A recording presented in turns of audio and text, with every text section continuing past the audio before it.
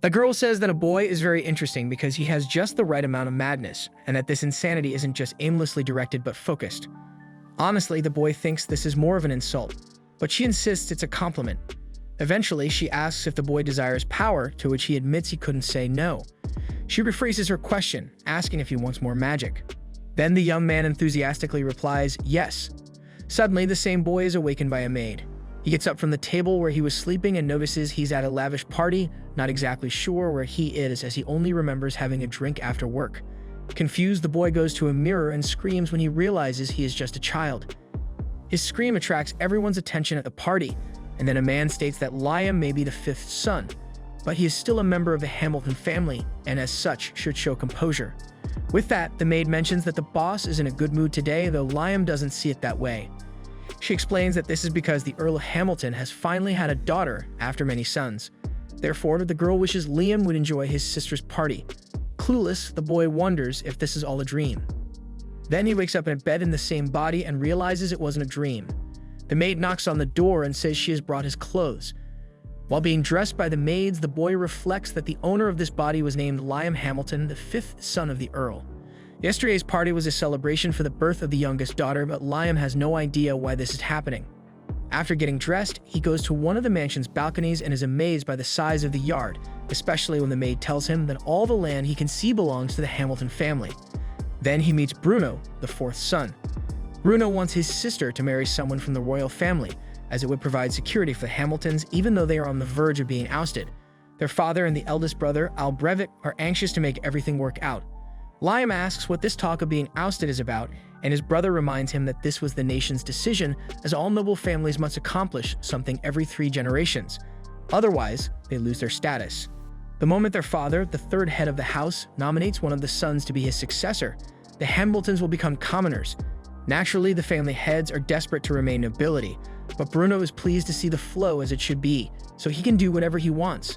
Besides being 12 years old, Liam needs to start thinking about the future. At that moment, a man enters the room and announces that it's time for magic class. Liam can't hide his excitement and gets up to celebrate, asking if they study magic around here. Trying to understand his brother's strange behavior, Bruno mentions that the family has grimoires in the storage, but the boy shouldn't get too excited. After all, only 1 in 100 people have an affinity for magic. Nonetheless, the teacher believes it's important to study what magic is. Without wasting time after class, Liam rushes to the maid he knows and asks her to show him the grimoires. She takes the boy to a library where he smells the books and walks through the shelves until he picks a grimoire on beginner's fire magic. After reading a section of a chapter, he focuses his mind and conjures a small flame on his index finger. The maid applauds the master's gift, as it was said it's rare for someone to possess magic in their being. After that, Liam goes to his father and asks to take some books from the library. Not paying much attention to the young man, the Earl allows it and sends him away as he's busy. After leaving, Liam doesn't like how cold the man is, but at least he got the permission he wanted. Thus, he lights candles in his room and reflects on how magic is the aggregation of knowledge. Knowledge is a weapon monopolized by kings and nobles, yet the young boy is in a position to study this art freely. The next day, he tests the flame cutter ability and is pleased to see he's progressing rapidly. In time, he intends to invoke these spells without the need for a book. A month later, he shows Bruno that he can use the flame cutter without a book in just a month. Astonished by his brother's rapid progression, Bruno takes the book in search of some hidden secret that explains this, but nothing seems out of the ordinary in that grimoire. Not wanting to fall behind, the fourth son reaches out to conjure magic but fails miserably and recognizes that his brother truly has the talent for it. After all, it usually takes a year for an apprentice to start using magic. Hearing this, Liam concludes that this body has an affinity for magic. Bruno points out that the boy can gain status in the kingdom with this gift and asks if he's studying this hard to become the heir to the family. Liam answers no, but still, Bruno only advises his brother not to become a target of abridged. Following this, after learning all the initial fire spells, Liam picks up the ice spell grimoire and is already excited for the next discoveries. In the meantime, the Earl calls his son in the hallway after finding out he can use magic. Therefore, he wants the young man to show it. Liam freezes the grimoire he's holding, but since this doesn't convince the father, he uses a fire spell without the help of the book. Now, Earl Hamilton is sure that the heavens have blessed his family and offers any grimoire the son wants.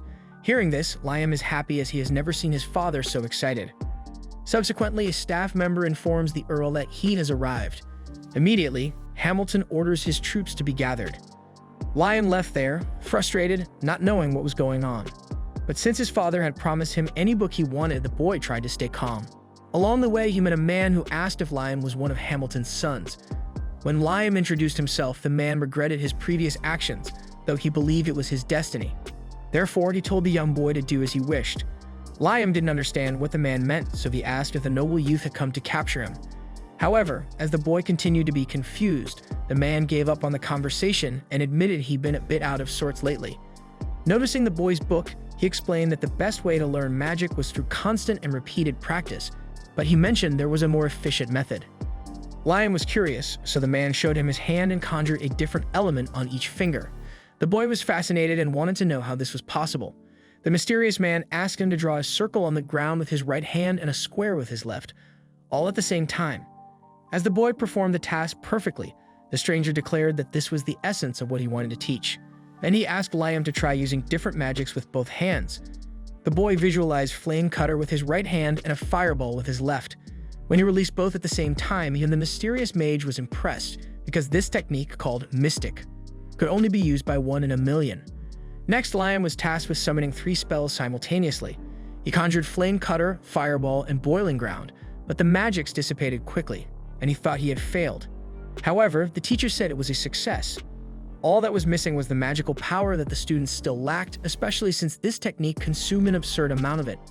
To teach the young boy to control his magical power, the man drew prime numbers on the ground and mentioned that this method only worked with them.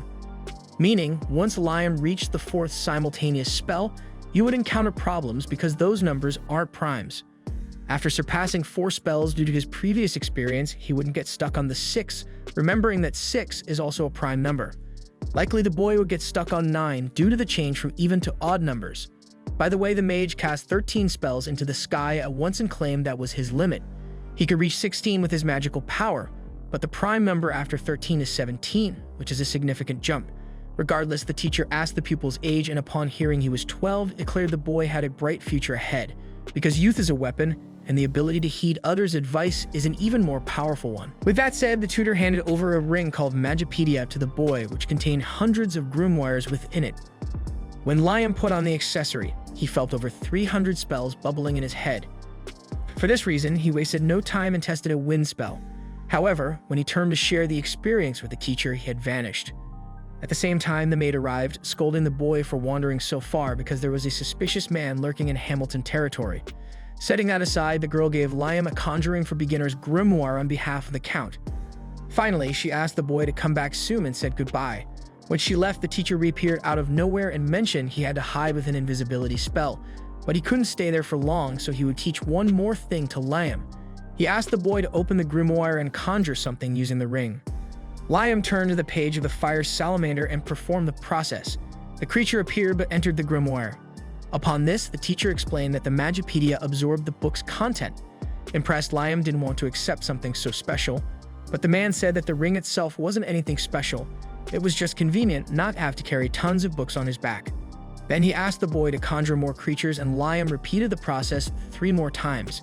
However, when he looked around, the teacher had disappeared again, leaving the following message: continue studying magic. We will meet again somewhere. Please don't tell anyone about me. After reading the message, despite the brief time together and not knowing his name, Liam came to regard the mysterious man as his master. A month after the tutor's departure, the pupil continued studying and practicing his learning, reaching much more complex levels of spellcraft. One day, Bruno went to the forest to see his brother and noticed white coal with him, which burns at a much higher temperature than normal coal, besides not producing smoke and lasting much longer. Moreover, Liam was able to produce crystals that recover magical power, all with his magic. Bruno praised his brother and concluded that the kid would know how to get by without him, especially since Bruno was about to marry a woman of low nobility. Taking the opportunity, he mentioned a severe mistake their father made right after Liam was born. The Count wanted a daughter so he could marry her off to someone from the royal family and maintain the Hamilton status. However, since Liam was born male, the Count became desperate for achievements and sent 1,000 men to kill a powerful monster sealed in these lands. However, the army suffered a severe defeat and lost 90% of its regiment. Because of such things, Bruno was sure the Hamiltons were about to crumble, so Liam needed to find a way to lead his life independently, just as Bruno was doing by getting married. Following the advice, Liam sold the items he had crafted and earned good money to finance his independence. Afterward, he satisfied his hunger with ramen. Noticing that the noodle was popular around these parts, he had an idea. Then he went to his mate and showed her a simple recipe where he just added sauce to the dry noodle, removed the moisture with magic, and boiled it with hot water. Soon he started calling this dish instant ramen, also known as big noodle. Excited, Liam tries to sell his new product, but the first merchant explains that only the eldest son of the Hamiltons can conduct business on these lands without prior authorization. Frustrated, Liam leaves only to find out that Albrevet, the eldest, had instructed the merchant to say so, fearing what his brother could achieve with his magic. Meanwhile, Liam considers leaving his father's lands to start his business. To do this, he conjures an inventory to store his resources. Then he summons a contract. According to the young man, there are two types of summoning magic: spirit and contract. The latter summons living creatures that become servants to the summoner. However, Liam is about to use this contract magic on himself. When he does, he celebrates the successful creation of an illusory clone, which he uses to travel in his stead beyond the Hamilton lands. Several days later, the original Liam receives various items in his inventory from the clone. This item box can be used simultaneously by both at a distance. Thus, the original produces the resources and the clone sells them outside the Hamilton territory. With this, Liam is convinced that he will achieve his independence. Not only that, this is perfect for him to train magic because now Liam can make his duplicate imitate the magic he's casting, doubling the damage. In the midst of one of these training sessions, Albrevet shows up to see how his brother is doing, having heard that the boy has been making impressive progress lately. Therefore, the eldest asks what the fifth brother wants to be when he grows up. Upon hearing this question, Liam immediately senses trouble brewing and makes it clear that he does not want to be the heir and take the place of the eldest. With this in mind, he says he wants to become independent soon and find a job that allows him to eat well. Considering this, Albrevet decides to introduce Liam to the Hunters Guild. Later, when he arrives at the guild, the hunters find the presence of a child amusing and start mocking the boy, laughing loudly. But Liam ignores the taunts and goes straight to a man at the reception. The man says he's heard of the young Hamilton through Albrevet and that he will need to pass a test to be accepted into the organization. Of course, something easier, because sending the Count's son to his death would cause a huge problem. Having said that, the receptionist asks Liam to use an attack spell he's mastered, chanting the incantation calmly. However, Liam admits he doesn't even know what an incantation is, so the receptionist tells him to attack directly. Before acting, Liam laments that his illusion is active, which greatly reduces the power, but with no other choice, he performs the attack. The result leaves everyone speechless, as most there had never seen such a spell before. Without much thought, the test supervisor says he can give a C-rank license, but then corrects himself and upgrades it to B rank. Leaving there with his new license, Liam wonders about the strength of B rank. In the midst of this, a girl approaches him and asks if he's a Hamilton. Liam confirms, and then the girl introduces herself as Asuna Okwage and invites the boy to hunt with her, saying it's safer in a group. Despite the girl's somewhat goofy manner, Liam likes lively people and accepts the invitation. On their way to adventure, Liam notices they haven't taken any mission. Asuna explains that only A-rank hunters and above take hunting jobs. B-rank and below go after dangerous creatures, like the wolves they just encountered, to defeat and collect a reward. Despite the initial confidence, Asuna realizes there are far more wolves than she thought and concludes that they're in trouble. Even so, Liam conjures the gnome ability, creating several little monsters that get bitten by the wolves. However, the gnomes swell and jam the wolves' jaws, preventing them from letting go. With this done, he asks Asuna to act and she finishes the fight. Soon the two return to the guild and impress the hunters with the 42 wolves they defeated. Taking advantage of the feat, the guild chief offers them another job. Shortly after, on the way to the new mission, Asuna is happy because they were hired directly, showing they've been recognized. The mission is simple: defeat a giant caterpillar before an important person passes by. About the monsters, Liam explains that they have magical stones in their bodies which allow them to use magic or advanced techniques. Compared to common beasts, they are much more dangerous. Today, Liam isn't using his illusion to save strength for this challenge. Later, after a long and exhausting battle, the two were just worn out. The carnivorous caterpillar was so resilient that no attack, not even the spells, could penetrate its carapace. Therefore, they retreat without accomplishing anything. Honestly, Asuna just wishes a meteor would fall on the creature's head. Hearing this, Liam gets an idea. After explaining the plan to his companion, the duo returns to the fight. Asuna lures the monster while Liam conjures his item box. As soon as he finishes, he pulls out a giant rock from the inventory and drops it on the insect, leaving Asuna terrified. Not just her. When they return to the guild, they leave everyone in disbelief. After all, they didn't just bring back the carcass of one carnivorous caterpillar, but two. Liam explains that he found the second with the enemy search spell. Finally, with their excellent performance on the mission, the guild chief offers a reward 5 times the initial amount. Several days later, Abridged appears to his younger brother and says he was right to recommend him for the Hunters Guild, asking him to keep up the effort. When the man leaves, Asuna confesses she didn't much like his manner. Internally, Liam reflects that, to the eldest, the brothers are all nuisances. Setting that aside, it's time to receive the important person who was mentioned earlier. After all, the caterpillars were eliminated just to clear the path for this individual. When the man takes a look at the two, Asuna gets all excited, thinking that if they catch the attention of someone important, she and Liam could move up in life. Indeed, the man was very interested in Liam, so much so that he requested a meeting. Soon after, the protagonist is face-to-face with James Stanley, who, surprised to learn that Liam is the son of Charles Hamilton, asks about his relation to Raymond. Liam is lost, so the old man explains that Raymond is the owner of the ring he's wearing and wants to know if the boy killed the mage and stole the item. Distressed by the accusation, Liam stands up and says very seriously that he received the ring from his master. James bursts out laughing because it's just like the mage to get himself into the most dangerous possible situation and still find it disciple. With that, he asks Simon, the butler, to stay put and orders Liam to attack the man with the best spell he has, using full force. Despite the strange request, Liam doesn't back down, and when Simon raises the magical shield, the boy focuses to do his part. Researching incantations, Liam discovered that reciting one can temporarily increase the mana limit you can release. For him, the best words are the names of the singers he's always loved: Amelia, and Claudia. After chanting these names, he launches 11 magical missiles at the target. Afterward, he realizes that his limit with the incantation rose from 7 to 11. The last missile breaks Simon's shield and hits him squarely. James is pleased with the boy's power and announces that he will knight him, making Liam independent, which leaves the young man completely shocked. After knighting Liam, James tells him there's nothing specific left for him to do, but being freed from dealing with his older brother should be enough.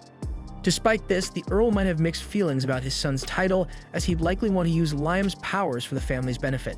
Aware of this, Liam feels uncomfortable, but James explains that he can still contribute in other ways because his merits as a Hamilton also belong to the family. With that said, the old man remarks that Raymond loves playing tricks and asks if Liam has ever fallen for any of them. On this matter, Liam shares that once he commanded the item box to absorb an entire lake, and among the collected items he found a waterproof letter from Raymond. In it, the master stated that if the apprentice was reading this, it meant he had mastered the item box. Since the box doesn't absorb gold bars, the wizard had scattered 100 kilograms of gold particles throughout the lake as a graduation gift for his student. Moreover, Liam should consider why the master had specifically chosen 100 kilograms, as this was part of the graduation test. Initially, Liam thinks Raymond chose 100 kilograms because that was what he managed to produce in the item box himself. After hearing the story, James comments that the gold is just a distraction and that Liam's real gift is hidden nearby, so it wouldn't be too easy to find. With this in mind, Liam returns to the lake and absorbs all the water again, looking for any clue about the so-called real gift.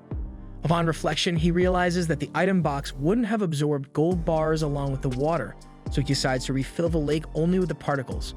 When he does, the gold activates a magical circle, which opens an underground passage. Down below, next to a book, Liam finds another letter from his master. Liam, this is your true graduation gift. I give you this grimoire of high-level spells. I myself couldn't use it, but I hope you can. Then the boy reads the book's title, Otherworld. Although he's not exactly sure what spell this is, Liam Hamilton spends the entire day trying to figure it out. When night falls, he summons a low-level light spirit to serve as a lamp. Despite his utmost effort, he still hasn't managed to cast the spell even once. However, he knows there's no need to rush, and that he just needs to follow the steps in the grimoire precisely. Sometime later, Liam returns to the same secret passage and finally summons a portal using the Otherworld magic. Fearless of what might be on the other side, the young mage steps through the door and finds himself in an all-white cubicle. He discovers that this spell creates a space in another world, the size of which depends on the summoner's skills and mana. Moreover, without the creator's permission, no one else can enter. Once fully mastered, the spell allows for the storage of items without them disappearing like an item box, but with a difference: living beings can enter the space. Thus, one could build a house inside or anything else one's imagination can conjure. Given this, Liam deeply thanks his master. A month later, Liam and Asuna face a giant frog. During the fight, he summons his salamanders to attack, but realizes that fire doesn't work against the monster. Quickly, Liam pulls Asuna into the other world as the frog begins to release a massive electric discharge. Safely inside the portal, the two wait for the surge to pass before launching a joint attack that ends the battle. Afterward, they bring the magical stone from the frog to the guild. It was an A-rank job, and once again, the branch chief is impressed, praising Liam extensively. Meanwhile, Asuna realizes she's never the focus of these situations. She laments not being as strong as her friend and fears being left behind in the future.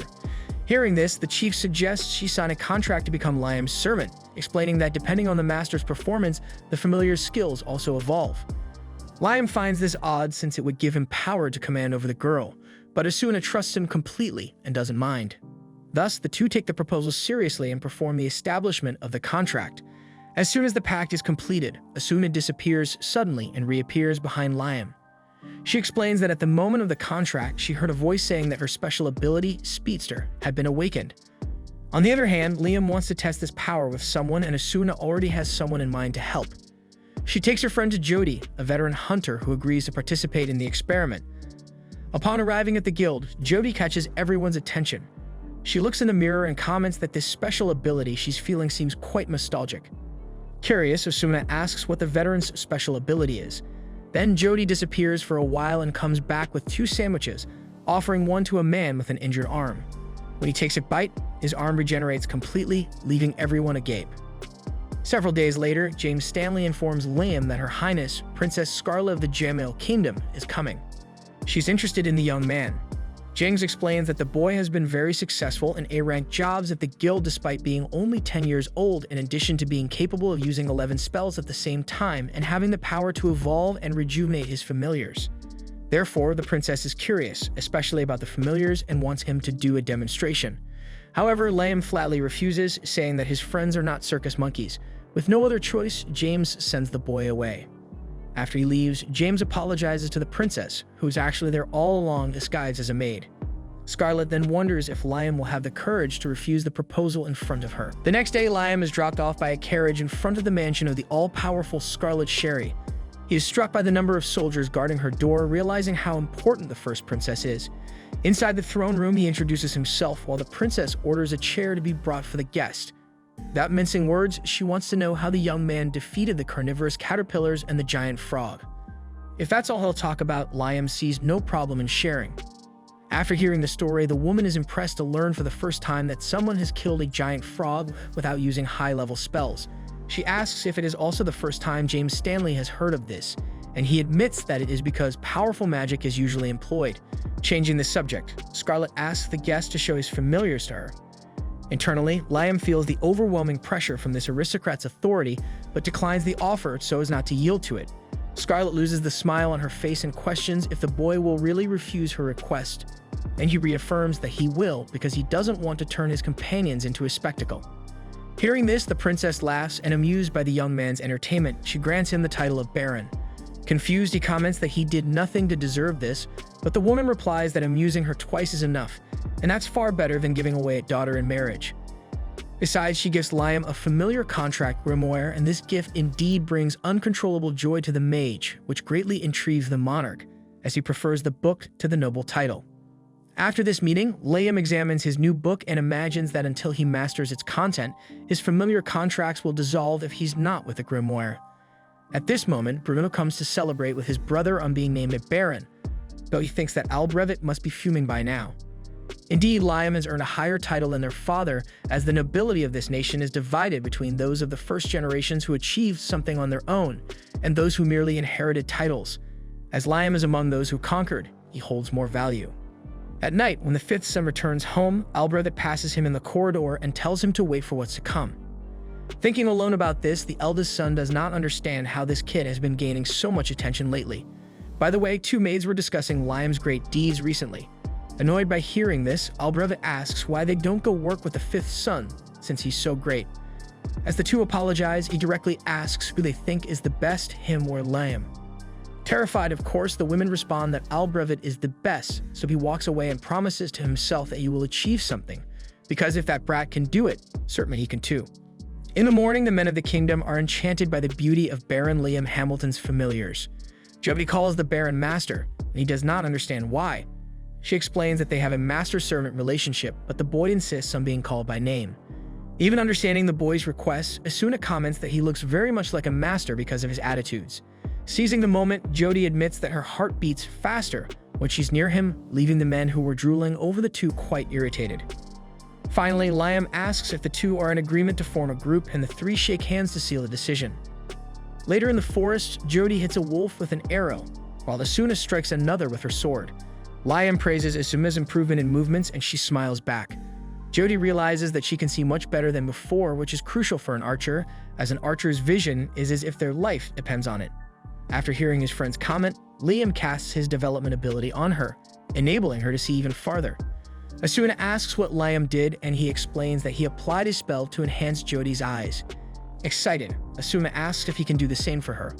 But the boy thinks it's not a good idea because although he can enhance Asuma's attack power, it would also increase the burden on her body, like when someone punches something and ends up breaking their own bones. However, if it's just an upgrade in vision, that's fine. Upon hearing this, Asuna gladly accepts, while Jody, using her newly enhanced vision, hits a wolf at an incredible distance, and the two familiars give all the credit to Liam for his incredible magic. In the late afternoon, the trio returns to the Hunters Guild and sees a big commotion. Asuna asks a man what's happening, and he explains that the eldest Hamilton's son messed up. Another man shouts that after breaking the seal, Albrevet failed miserably, so Liam remembers when his older brother told him to wait and see. For this reason, he believes he is to blame and rushes out of the guild. Inside the forest, several soldiers are being removed from battle due to severe injuries. When Liam arrives there, he sees that Albrevet is weakened and approaches to see how his brother is doing.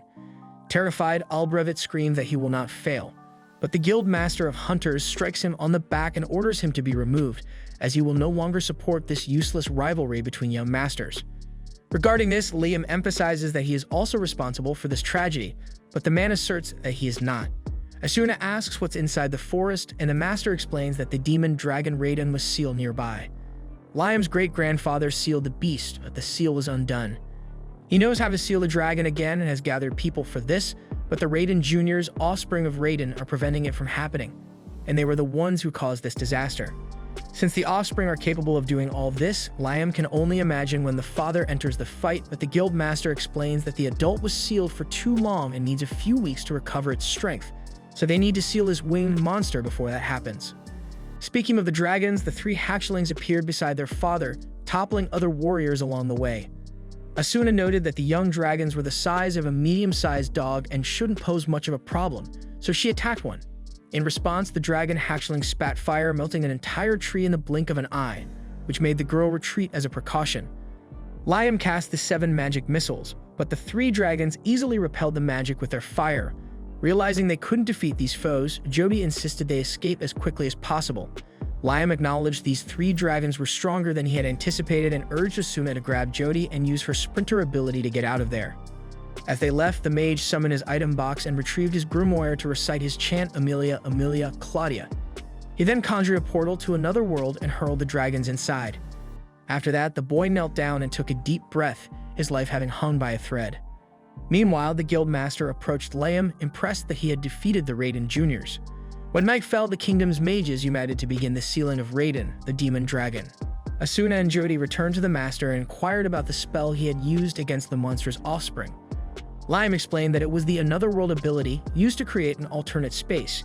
Even with an enchantment, it was difficult to activate, but once triggered, it could store living creatures within. In this case, Liam had locked the 3 Raiden Juniors inside. Asuna asked if they could survive in there, but the boy told them not to worry. Since he hadn't yet mastered the spell, the things he placed inside tended to disappear on their own. Noticing that it wasn't an attack spell, Asuna praised the boy's cleverness for managing to trap the dragons there. Suddenly, a voice emerged from nowhere, calling for the tiny human of the Great Soul. Soon, Liam found himself in an environment where he directly faced the demon dragon. When addressed this way by the boy, Raiden realized this was how humans referred to him, but he wasn't concerned with all these definitions humans use, since in a few hundred years they would call them something else. By the way, Raiden asked who the tiny one with the great soul was. Liam introduced himself as an ordinary human, but the dragon argued that the boy's body and soul were not in sync. Thinking to himself, Liam figured the dragon must have discovered he was an adult in a boy's body and might even know the cause. Even though the human hadn't said anything, Raiden read his thoughts and replied that he didn't know the cause but would love to accompany Liam to see his life up close, for from what he observed, the mage led an interesting life. The dragon promised to do no harm. On the contrary, he would lend his strength to the small human, but only as much as needed for Liam to build his foundations with his own effort. Hearing such words, Liam didn't hesitate and accepted the offer, feeling no hostility from Raiden. Thus, Raiden announced he would rent Liam's great soul for a while and entered him. Done with that, Asuna drew Liam's attention to his hand. When he looked at his palm, Liam noticed a red mark. The master believed the young man had absorbed the demon dragon, while Liam felt an immense power from within. To test his new ability, he fired magic missiles into the air and 11 shot out without an incantation, something that had never happened before. Then Liam recited the incantation and repeated the spell. This time, 17 magic missiles were conjured and perfectly controlled by the caster. Around the boy, the other mages seemed to lose strength, so Raiden communicated with Liam, asking him to contain his mana as it was affecting the sorcerers. On the other hand, Misuna and Jody remained calm, guessing that it might be because they were relatives of the young Baron. Finally, the Adventurers Guild Master thanked Liam for taking care of the demon dragon. Having said that, to the adult's surprise, a boy summoned his item box again and poured out 10 kilograms of gold dust as compensation for the trouble, with the largest amount designated for those injured in the battle. Grateful for this, the master amused himself that if Liam were the head of the Hamilton family instead of abridged, everything would be better. When night arrived, Charles, Liam's father, thanked his son for fixing the mess abridged had made. Liam asked what would happen to his brother, and the Earl explained that the eldest son would be confined at home for a while. Liam knew the worst punishment could have been expulsion for abridged.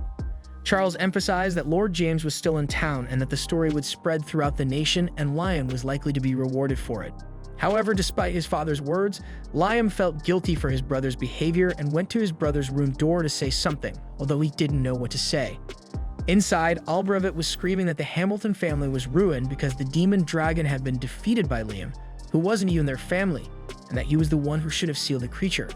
After hearing this, Liam gave up on talking to his brother and pondered that, in the end, abridged was the one who most wanted to protect the Hamilton family.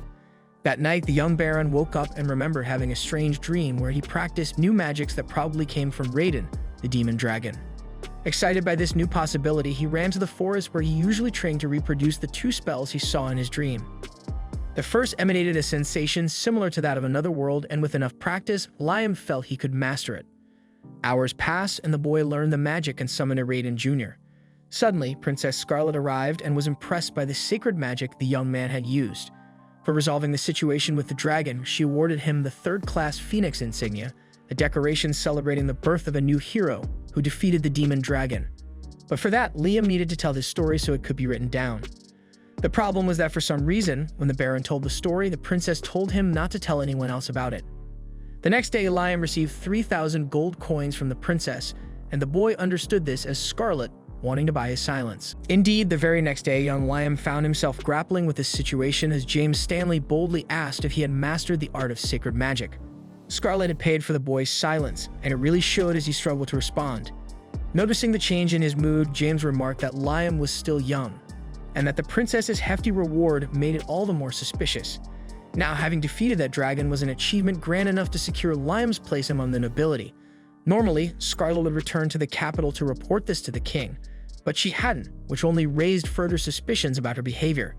Hearing this, Liam broke into a cold sweat as the man added that, according to reports, witnesses claimed the gigantic demon dragon transformed into light and was absorbed by Liam. Cornered like this, the boy threw in the towel and confessed to having learned a few sacred tricks on the sly. Knowing the truth, James asked the young man to demonstrate, so he conjured a beginner's spell called All Clear, capable of removing all evils, including poison or petrification. Witnessing such power, James understood why they say sacred magic is the work of God. Seizing on this topic, he told Liam about the War of the 3 Dragons. Once 3 dragons waged war, and one emerged victorious after defeating the other 2. Legend has it that sacred magic was the decisive factor in this conflict. The victorious dragon allied with the human who used this magic to establish the kingdom of Jamil, where they reside today. Thus, considering that Raiden had allied with Liam, it could mean that the young Baron was recreating the founding myth of this kingdom. With this in mind, James was apprehensive about 2 things for the future. The first concerned the Hamilton family involving Liam's father. This family had become nobility by sealing the demon dragon, but it wasn't actually that dragon, but rather the kingdom's founder. If this were to come to light, the Hamiltons could lose their noble title immediately. Nonetheless, there was an even bigger issue. If the dragon was angered, it might plan to seek revenge on the nation for being imprisoned without cause. Upon hearing these words, Liam recalled something Raiden had said. "I don't care about all these definitions humans come up with. In a few years, they'll call me something else." Reflecting on this statement, the boy asserted with conviction that the dragon harbored no desire for vengeance against humanity. Moreover, Raiden had shown a genuine interest in Liam's life. Given this, James began to truly believe that Liam was the kingdom's savior. After the meeting, the Baron remembered he should have activated spells that took time to initiate. Even if they proved useless, it would be good practice. Returning to town, the protagonist was accosted by his relatives at the guild door. The adventurers were thrilled to see it was that boy, while Jody assured everyone she would tell him. They took the young man aside and explained that since the news of Liam Hamilton's victory over the demon dragon had spread, many wanted to work with him. Asuna handed him a list of candidates to join his group, and the boy was overwhelmed with so many names. Of course, the girl warned that most were merely looking to capitalize on the Baron's success, so it was crucial he assess each one carefully. With the list in hand, Liam returned home to discover he had received hundreds of marriage proposals. Speaking of which, Bruno jokingly remarked that he was late, but he had brought a proposal from a relative of his fiancée's family, as he was responsible for persuading his brother to marry her. By the way, Bruno asked what the heck he had done to become so popular, and Liam replied that he had simply defeated a demon dragon. However, Bruno was sure there was more to it, since even the wealthiest families were interested in marrying someone to him. At that moment, Liam remembered what James had said and figured he was in trouble with so many doubting him. Nonetheless, the boy just realized he had never been so popular until he took on this body of a young noble. Later, he showed his relatives his spell Otherworld and transported the two to a house built on the other side of the portal, which the city's carpenters had constructed and the Baron had stored in his item box. Asuna asked if everything disappeared when Liam undid the spell, as he had mentioned what happened with the Raiden Juniors, but he explained that this was no longer the case since he had mastered the spell. With that, he showed the interior of the residence to the two friends, who were delighted by its coziness and the practicality of being able to carry it anywhere they went. Despite their joy, Joby wondered if there was any concept of lighting in this alternate space, so Liam acknowledged that it must be difficult to sleep there, as there really was no night or day. Joby asked if it was possible to make everything dark, so Liam summoned a low-level shadow spirit, Shade, to envelop the space in darkness. At first, the entire place turned pitch black, then the mage conjured a fire salamander to light the fireplace. Jody asked if it was possible to make it even brighter, but as Shade was a low-level spirit, he was incapable. Hearing this, Asuna commented that it would be nice if spirits could grow like humans, and this gave Liam the idea to trigger a familiar contract spell with Shade. Upon doing so, Shade grew in size and gained a voice, thanking Liam for the opportunity to evolve to a medium level. Without delay, the spirit adjusted the environment to resemble a common night with a very natural darkness. In return for the vote of confidence, Shade promised to work with total devotion to Liam. The boy mentioned that, unfortunately, he had not yet learned any medium-level spirit summoning spells, so Shade pointed out that the ring the boy was wearing seemed to be an artifact of ancient memories, and that it would be fairly simple to store medium-level summoning spells in it, although it would require practice to master these techniques. With this in mind, Liam managed to store Shade and evolve the salamander, a fire spirit, who asked to be called Ifrit. It turned out that, besides doing this, the mage used the familiar spell to evolve low-level spirits of water, earth, wind, light, and ice, and recorded all of them in the memory of his ring Magicopedia as medium-level summoning spells. Discovering he was capable of something so valuable, the boy couldn't contain his excitement and was eager to develop these spells as quickly as possible. The next day, he went to the forest at Raiden's request, searching the area where the dragon was sleeping. Raiden asked the human to summon one of his offspring, and when he did, the little monster distorted the reality around them, revealing a world completely different from what could be seen with the naked eye. In this place, fairies flew around a flower-filled field, and upon noticing a human's presence, they fled in panic. Liam hurried to explain that he was not an enemy and that he had been sent by Raiden, using the dragon hatchling by his side to prove he was an ally. With this, the fairies realized that the young man was on the side of the dragon god, and he added that Raiden himself had asked him to protect them. According to the winged beast, fairy wings are a valuable material for crafting magical artifacts. Without help, this race would have long been extinct due to their fragility, and Raiden had been protecting them with a barrier. Now it was Liam Hamilton's mission to continue this defense, so he announced he would cast a spell on them. Raiden explained that the boys should name them while doing so, and that naming things is a primitive spell that any human can use as mana naturally participates. Thus, Liam used the contract spell, family on one of the fairies, and began calling her Reyna. With this, Reyna evolved into an elf, and the dragon explained that by naming familiars in the act of contracting them, the mana resonates more intensely and produces a more powerful result. Therefore, Liam should always name a familiar when practicing this bond. Without delay, the boy applied the same procedure to all the fairies, who became elves and started calling him Lord Messenger. Rena asked what should be done now that they were his familiars, so Liam suggested they build a village to live there and named Rena as the village chief. With this decided, the elves gathered to start the construction, while Liam felt mana coming from inside the forest and headed in that direction. He reached a tree with a glowing fruit and asked Rena what it was. She explained that fairies collect small amounts of mana found floating in the air and gather it in one place. Raiden taught that Liam could eat this, so he followed the command and realized that his mana was not only fully restored, but by casting magical missiles, he managed to summon 19 projectiles, more than his limit until then. The next day, he returned to the village to see how things were going. Rena called him Lord Messenger once more, but Liam confessed that he preferred to be called by his name. Soon, the elf notified her companions about this, and later showed that they had even tried to build their houses, but as could be seen, it didn't go very well. After all, they weren't masons. Amidst this, the group heard screams from an elf who was being violated by a group of men who came to plunder what was left after the battle against the demon dragon. They tried to kidnap the elf, so Liam ran to intervene. One of the thugs attacked the mage, who responded with the magical missiles. When the other bandits advanced, the boy summoned his copy and doubled the missile launch. After winning the battle, he reflected that this place was too dangerous to leave them loose, so he planned to keep everyone inside the other world, although it was too small for so many people. However, as soon as he took a look at the alternate space, he noticed that its size had increased significantly for some reason, and he believed it was because he ate the fairy nectar. Soon he used this spell to teleport the elves to his territory, where they need not worry about bandits.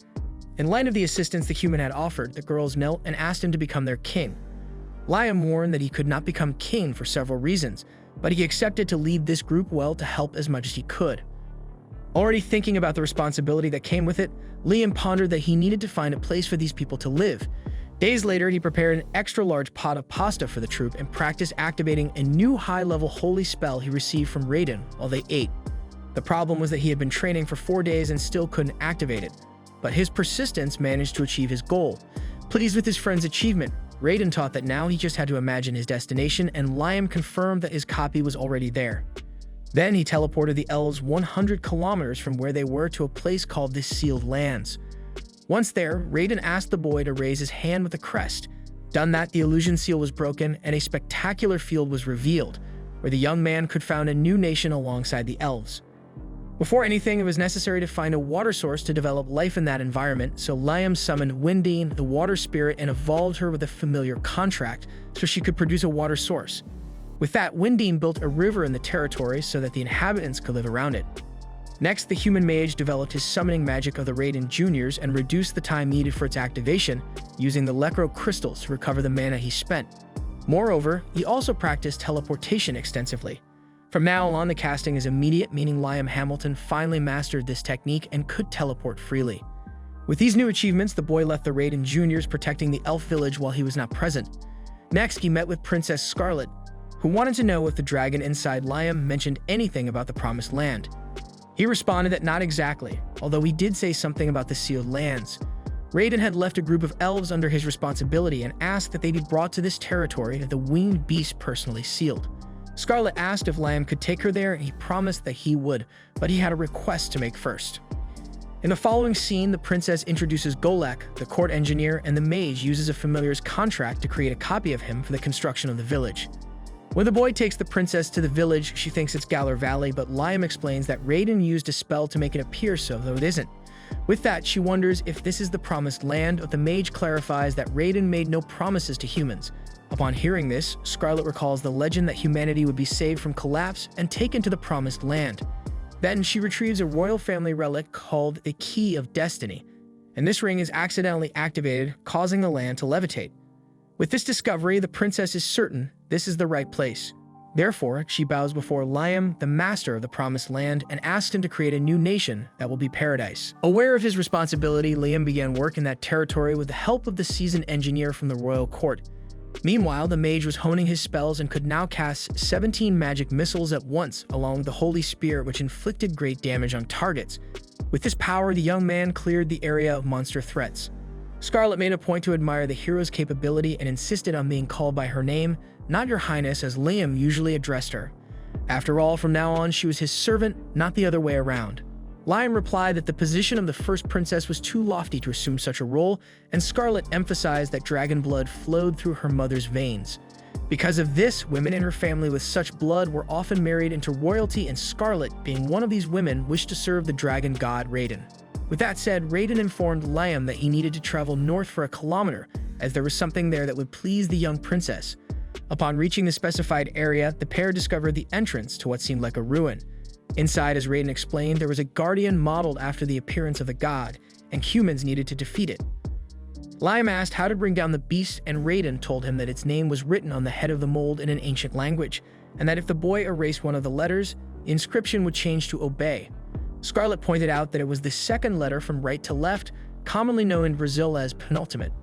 Without hesitation, Liam flew towards the indicated letter and cast a spell that erased it. With this, the dragon became obedient to Princess Scarlet's dragon blood, who decided to oversee the beast's recovery since Liam's spell had wounded it. Leaving the ruins, the boy pondered alone that he still wasn't used to a princess serving him, so Raiden thought it best that the mage gain the power and status necessary to feel worthy. After this conversation, the mage returned to the village, which was under construction, but what he saw was the scene of a place almost entirely destroyed. Elves ran towards the master and reported that they had been suddenly attacked by werewolves until a pack of these monsters appeared before the wizard, demanding that the outsiders leave this sacred land, otherwise they would be torn to pieces. Liam wanted to discuss this, but he was attacked before he had any chance for dialogue. The leader of the wolves swiftly lunged with its claws, but the human managed to escape and counterattack with a shock spell that immobilized the opponent for a while. Controlling the situation, the mage reinforced his desire for a friendly conversation, but summoned a junior Raiden in case the wolf did not cooperate. Seeing such a conjuration, the werewolf was astonished, as these canine beasts were a clan that expelled invaders at Raiden's request. Liam explained that the elves were precisely a people protected by the dragon god, so the wolf felt guilt for having caused the destruction of this land. Yet Raina showed compassion and stated that everyone there were companions serving the same god, and it would be great if the werewolves also signed a contract with Master Liam Raiden as a way to square loyalty. The young mage was puzzled by this talk of Liam Raiden, but let the game continue. Regardless, the wolves accepted the terms, so the humans signed a contract with the pack leader, naming him Chris. However, to everyone's surprise, despite having a deep voice, Chris appeared as a woman when she evolved, a mix of human and wolf. Later, with the addition of the evolved werewolves, the construction of the village progressed rapidly, and the leader committed to doing everything possible to repair the damage her group had caused in the region. Speaking of which, Liam thought it would be much easier if he could speed up this process with some type of magic, so Raiden advised that since the boy did not have this spell, he could create one that would serve. Liam was excited by this possibility as he did not know it was feasible, while the dragon taught him to just imagine what he wanted to do and how to do it, visualizing the process and its outcome clearly. After all, everything in the world exists by causality, that is, cause and effect. Following the indicated steps, Liam cast the Maintain Memory spell on a wooden beam and asked Chris to try to break it. She split the beam in half, but it immediately regenerated and kept the structure intact. Thus, Liam managed to create the Maintain Memory spell, which memorizes non-living objects in their form at a certain moment. Faced with something so fantastic, the she-wolf hugged the master with excitement, while Raiden emphasized that Liam was a very interesting human. By the way, after learning how to create spells, the mage developed the magic missiles, evolving them into power missiles. Raiden instructed the human to continue at this pace of creation and emphasized that he must build a nation to learn things about the world, because once established in the territory, the little man would learn many things, whether he wanted to or not. Curious about the process of creating magic, Liam asked who was the first person to do this, as he could not understand how it would be possible to create something based on nothing, since at the beginning of everything there should not have been something to inspire from. Thinking about this, the boy imagined that it might be possible to create spells without depending on causality. Hearing this, Raiden burst out laughing and responded that it was fun to follow this boy. However, the atmosphere of relaxation was interrupted when Rina approached and informed that humans were attacking the fairies. With that, Liam hurried to the reported location and found a battalion of horse-mounted knights. The leader of them asked if the boy lived there, then the young man remembered the responsibility he had over this area in light of the elves and Scarlet's pleas to make this territory a nation. Soon, he responded to the warriors that this was his nation. Finding it amusing, the leader asked the name of this nation, but as the boy did not know how to answer, he said that this must be some kind of child's play and ordered the battalion to move on. But Liam cast the 17 power missiles in a straight line as a warning that they would not pass.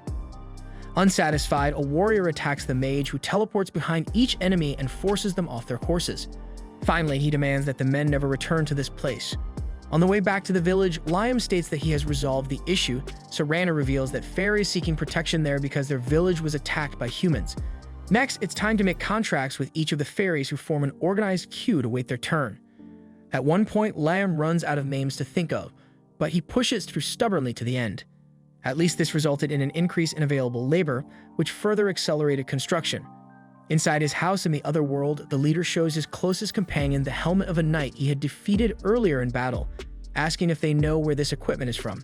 Scarlet says it belongs to the Duchy of Palta, which, like the kingdoms of Jamil and Quistador, borders the Promised Land. Moreover, it's likely that more soldiers will come from these three regions as they were separated by this valley, but since the Promised Land has been restored, all territories are now connected. Regardless of the grave threat, the princess insists that a country must be founded in this region and it must have three things to thrive: land, population, and power. Of these, Liam already has the land and the population is increasing as news of this foundation spreads.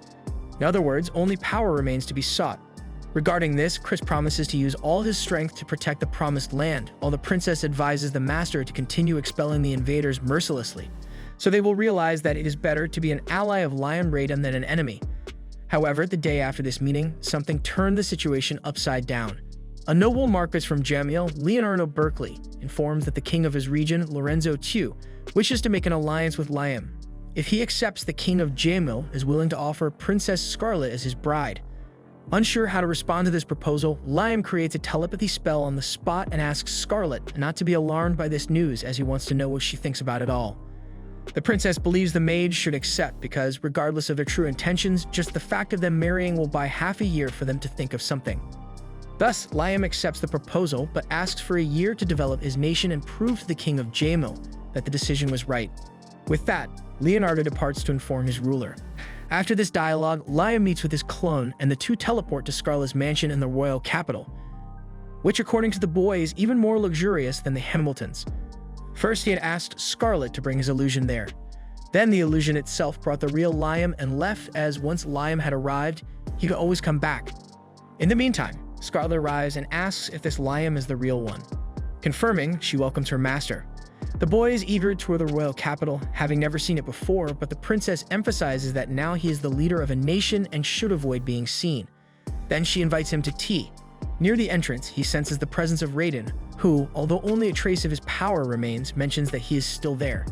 Liam asks if there is anything there that could date back to the times of the dragon god, so Scarlet takes the boy to a chapel dedicated to Raiden, the statue that has been passed down through Scarlet's family. By the way, Raiden asks Liam to use the all-clear spell on the statue. Once cast, the statue transforms into a light that enters the body of the first princess of Jamil, who immediately becomes capable of casting a holy spear. Seeing this, she kneels on the ground exhausted as the statue returns to its rightful place by withdrawing the light from the woman's body. Scarlet observes that all of her strength has been drained, and Raiden explains within Liam that this is a magical armor he created, which allows humans to expand their mana to the point where they can wield the powers of the dragon god. Among the three armors created by the dragon, this is the most powerful, known as the golden armor. Unfortunately, the other two disappeared during the war. Dissatisfied with this, Liam asks how they are made, then Raiden explains that first you must prepare a quantity of high mithril.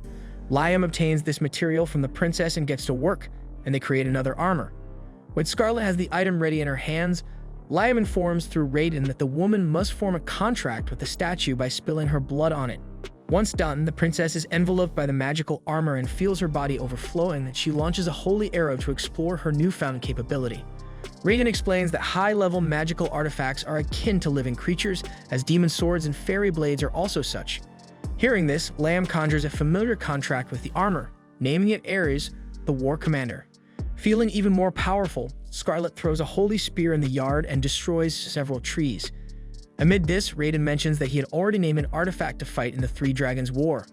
In this case, he created the Guardian Raiden, but never thought to make it familiar. Speaking of which, the boy asks for permission to try something with the Guardian, and Raiden grants it. Soon, Liam goes to the statue and observes that it has its own consciousness and can move freely. Upon shedding a drop of his blood on the artifact, the human seals a contract and equips the Guardian as armor. Thus, he also feels the power overflowing around his body. This time, when counting how many power missiles he was able to conjure, Liam realizes that 37 magical projectiles emerged from his hands, much more than he could previously. However, the armor consumes all of the human's mana and reverts to its original form as a guardian. Raiden reveals that Liam was the third person to survive after donning the equipment and the first to cast a spell. Given the potential the young mage has been showing, the dragon god believes that Liam will be able to master the use of this power, and consequently, the entire world will be in his hands. The next day, after absorbing the mana stones, the protagonist regained his strength and asked to borrow Guardian Raiden for a while. Scarlet said he could and indeed should keep him. Grateful, the mage stowed the dragon in his item box and noticed how lifelike the creature seemed. Raiden agreed internally but emphasized that he was not. Finally, Liam informed the princess that he would return to the village, while she would stay in the royal capital but keep an eye on the events in the Promised Land. Subsequently, Liam teleported back to the village and returned Scarlet to the capital using the same spell. There, the people were still working tirelessly, smiles on their faces. After noticing that the first phase of the village construction was complete, Raina informed the boy that trolls, 3-meter-tall creatures of pure muscle, lived nearby. Liam recalled hearing that trolls' personalities varied greatly. They could be either gentle or extremely violent.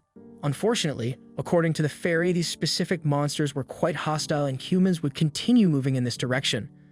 Liam thought it would be problematic if fighting broke out, and Raina considered persuading the trolls to join Liam's side in the war. At last, the mage inquired about the monsters' whereabouts. Next, he appeared in a barren, seemingly lifeless land. The young man remembered this place being fertile not long ago. Picking up an iron ore stone from the ground, he looked around at the lack of vegetation, though he remarked that the area was full of hidden treasures. At that moment, trolls emerged in front of the boy, wanting to know what he was doing there. Liam explained that he was building a nation and would like to recruit them, but the leader of the monsters thought humans were untrustworthy and promptly refused the proposal. Liam asked for their trust and swore he would not harm anyone, pointing out that the fairies and werewolves had already joined him. Uninterested in listening to what the young man had to say, the enormous creature slammed his club into the ground, creating a small crater, nearly ending Liam's life if he hadn't escaped in time. The troll persisted and swung multiple blows that forced the mage to flee like a rat as he pondered how to turn the situation around, especially since this troll was as strong as the legend said. Not reacting might mean the end for the mage himself. By the way, as Liam dodged another strike, he found his legs caught in a crevice in the ground. Seeing the malicious smile on the monster's face, the human suspected he had been lured into this trap on purpose. When the troll raised his club and struck, everyone thought the fight was over. However, Liam emerged from beneath the rubble in his Guardian Raiden magical armor, still intact. The troll was incredulous to see that he had caused no damage to his opponent, but the issue was even deeper. Looking around, the troll chief realized that in his eagerness to hit the boy, he had accidentally injured his own allies, and Liam confessed he hadn't dodged the last attack to prevent the chief from hitting his companions. Normally, he couldn't summon so many spells, so he used the magical armor to boost his power and conjure more illusions to protect the other trolls. Hearing these words, the chief realized this child was kind, contrary to his initial belief, hence he promised to listen to what he had to say. Likewise, Liam began to think these trolls weren't as violent as Rana had thought. In fact, they might be the opposite. Either way, the chief wanted to know what the boy wanted with them, so Liam explained the process of building the village and how the troll's presence would be crucial for several reasons. According to the young man, the most important reason was that humans would probably invade this land, and if the trolls remained isolated, they would be attacked and likely lose this war. Honestly, the boy didn't want that to happen. Thus, the chief agreed to see the village before making any decisions, so Liam teleported everyone there. Upon being transported through this magical means, the monsters were absolutely amazed, having never seen anything like it in their lives. Suddenly, Chris appeared, pointing her finger at the troll chief, demanding to know what this brute was doing there. The chief recognized he was facing the boar woman, and Chris was furious, hating that nickname that made no sense. Consumed by rage, she delivered a flying kick to the troll, knocking the big guy down instantly. Concerned and unsure what to do next, Lamb asked what the relationship between the wolf and this man was, but Chris couldn't explain. Since she had met this troll, she found him annoying to the point that whenever they met, they would end up in a frank exchange of blows for no reason. In fact, counting all the fights they had, there were 307 victories and 378 losses for Chris.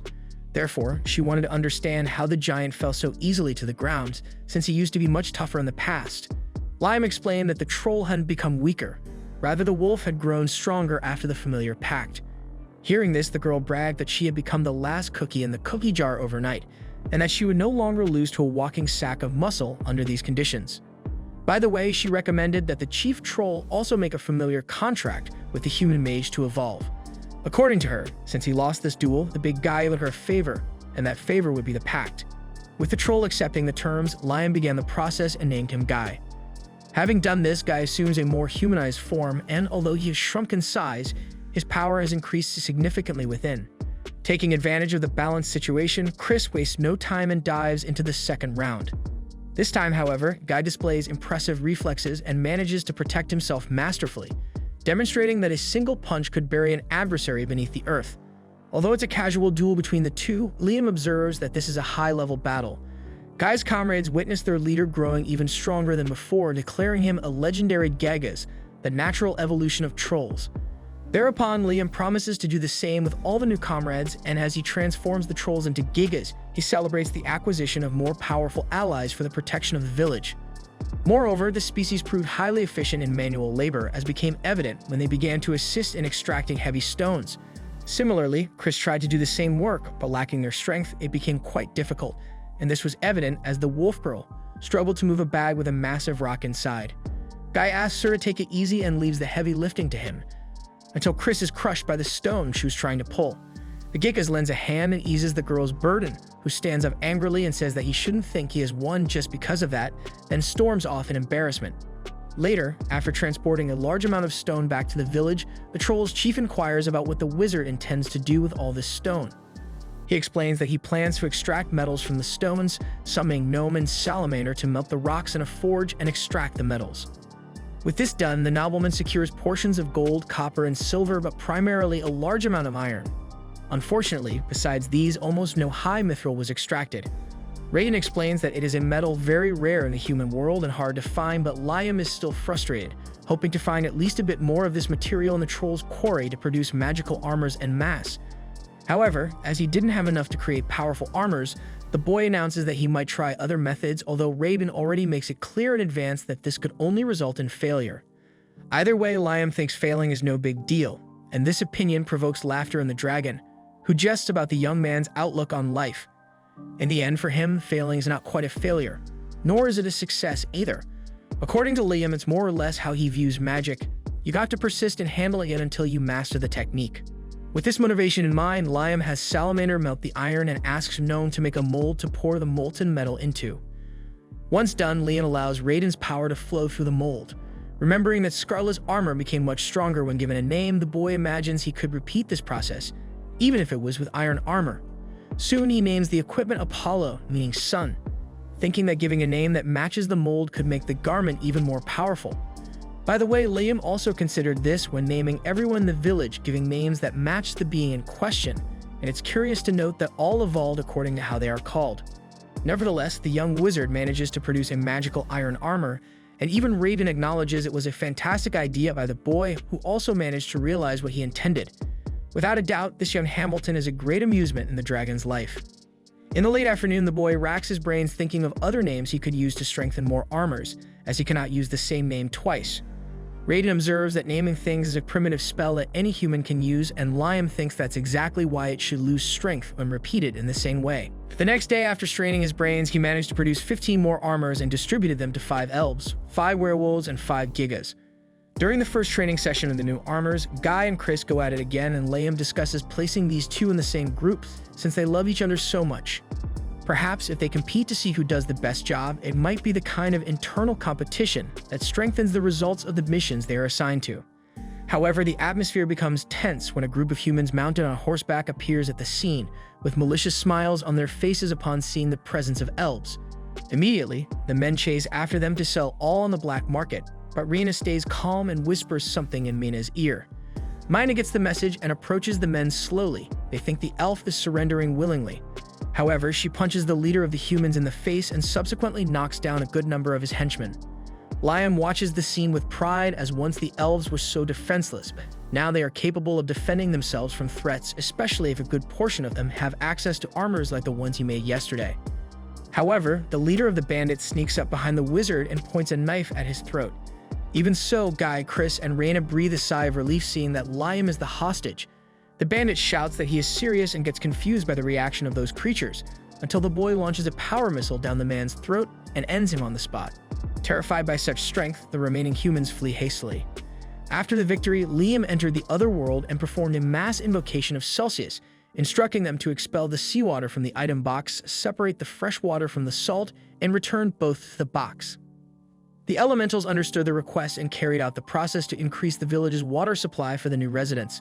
Meanwhile, the first Windine then evolved into Celsius thanked her master for everything he had done, as her world had expanded to the point where she learned to possess human objects, but she feared reprimand from the Spirit King if she overused this ability.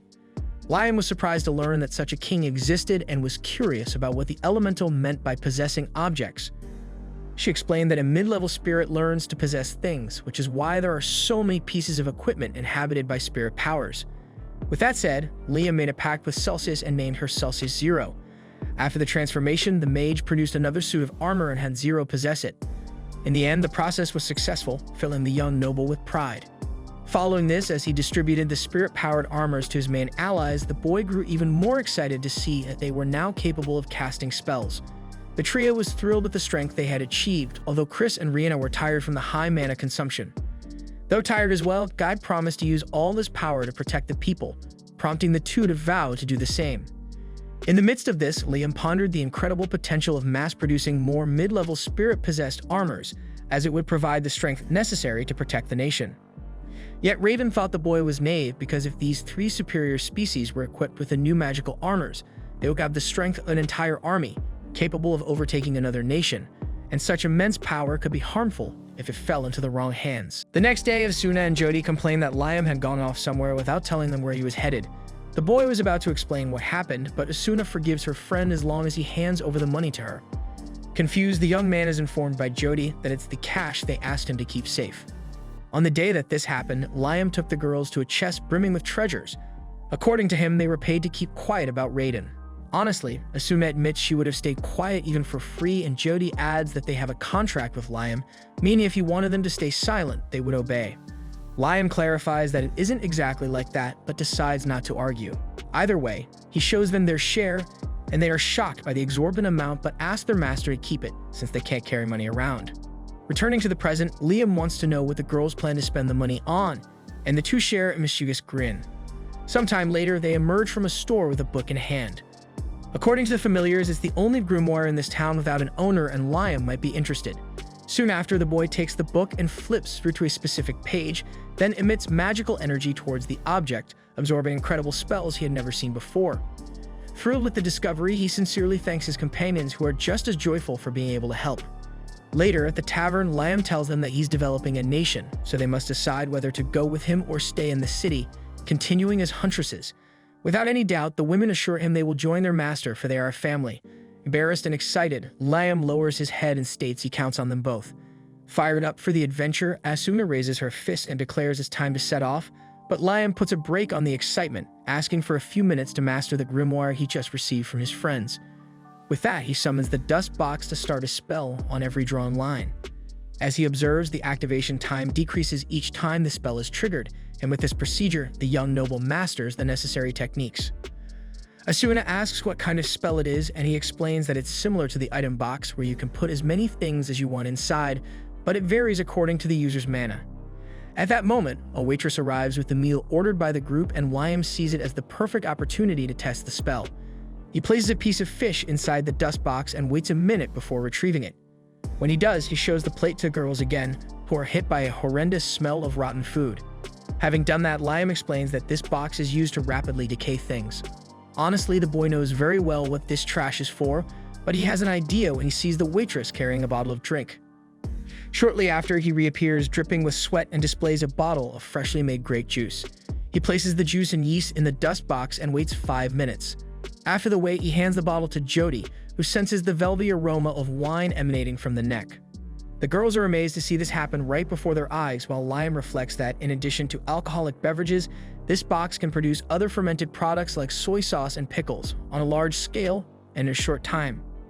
Hours later, to test the fermentation change according to the difference in time fermenting, the noble produced more juice bottles and numbered them from 1 to 10, then placed them in the dust box each hour that passed.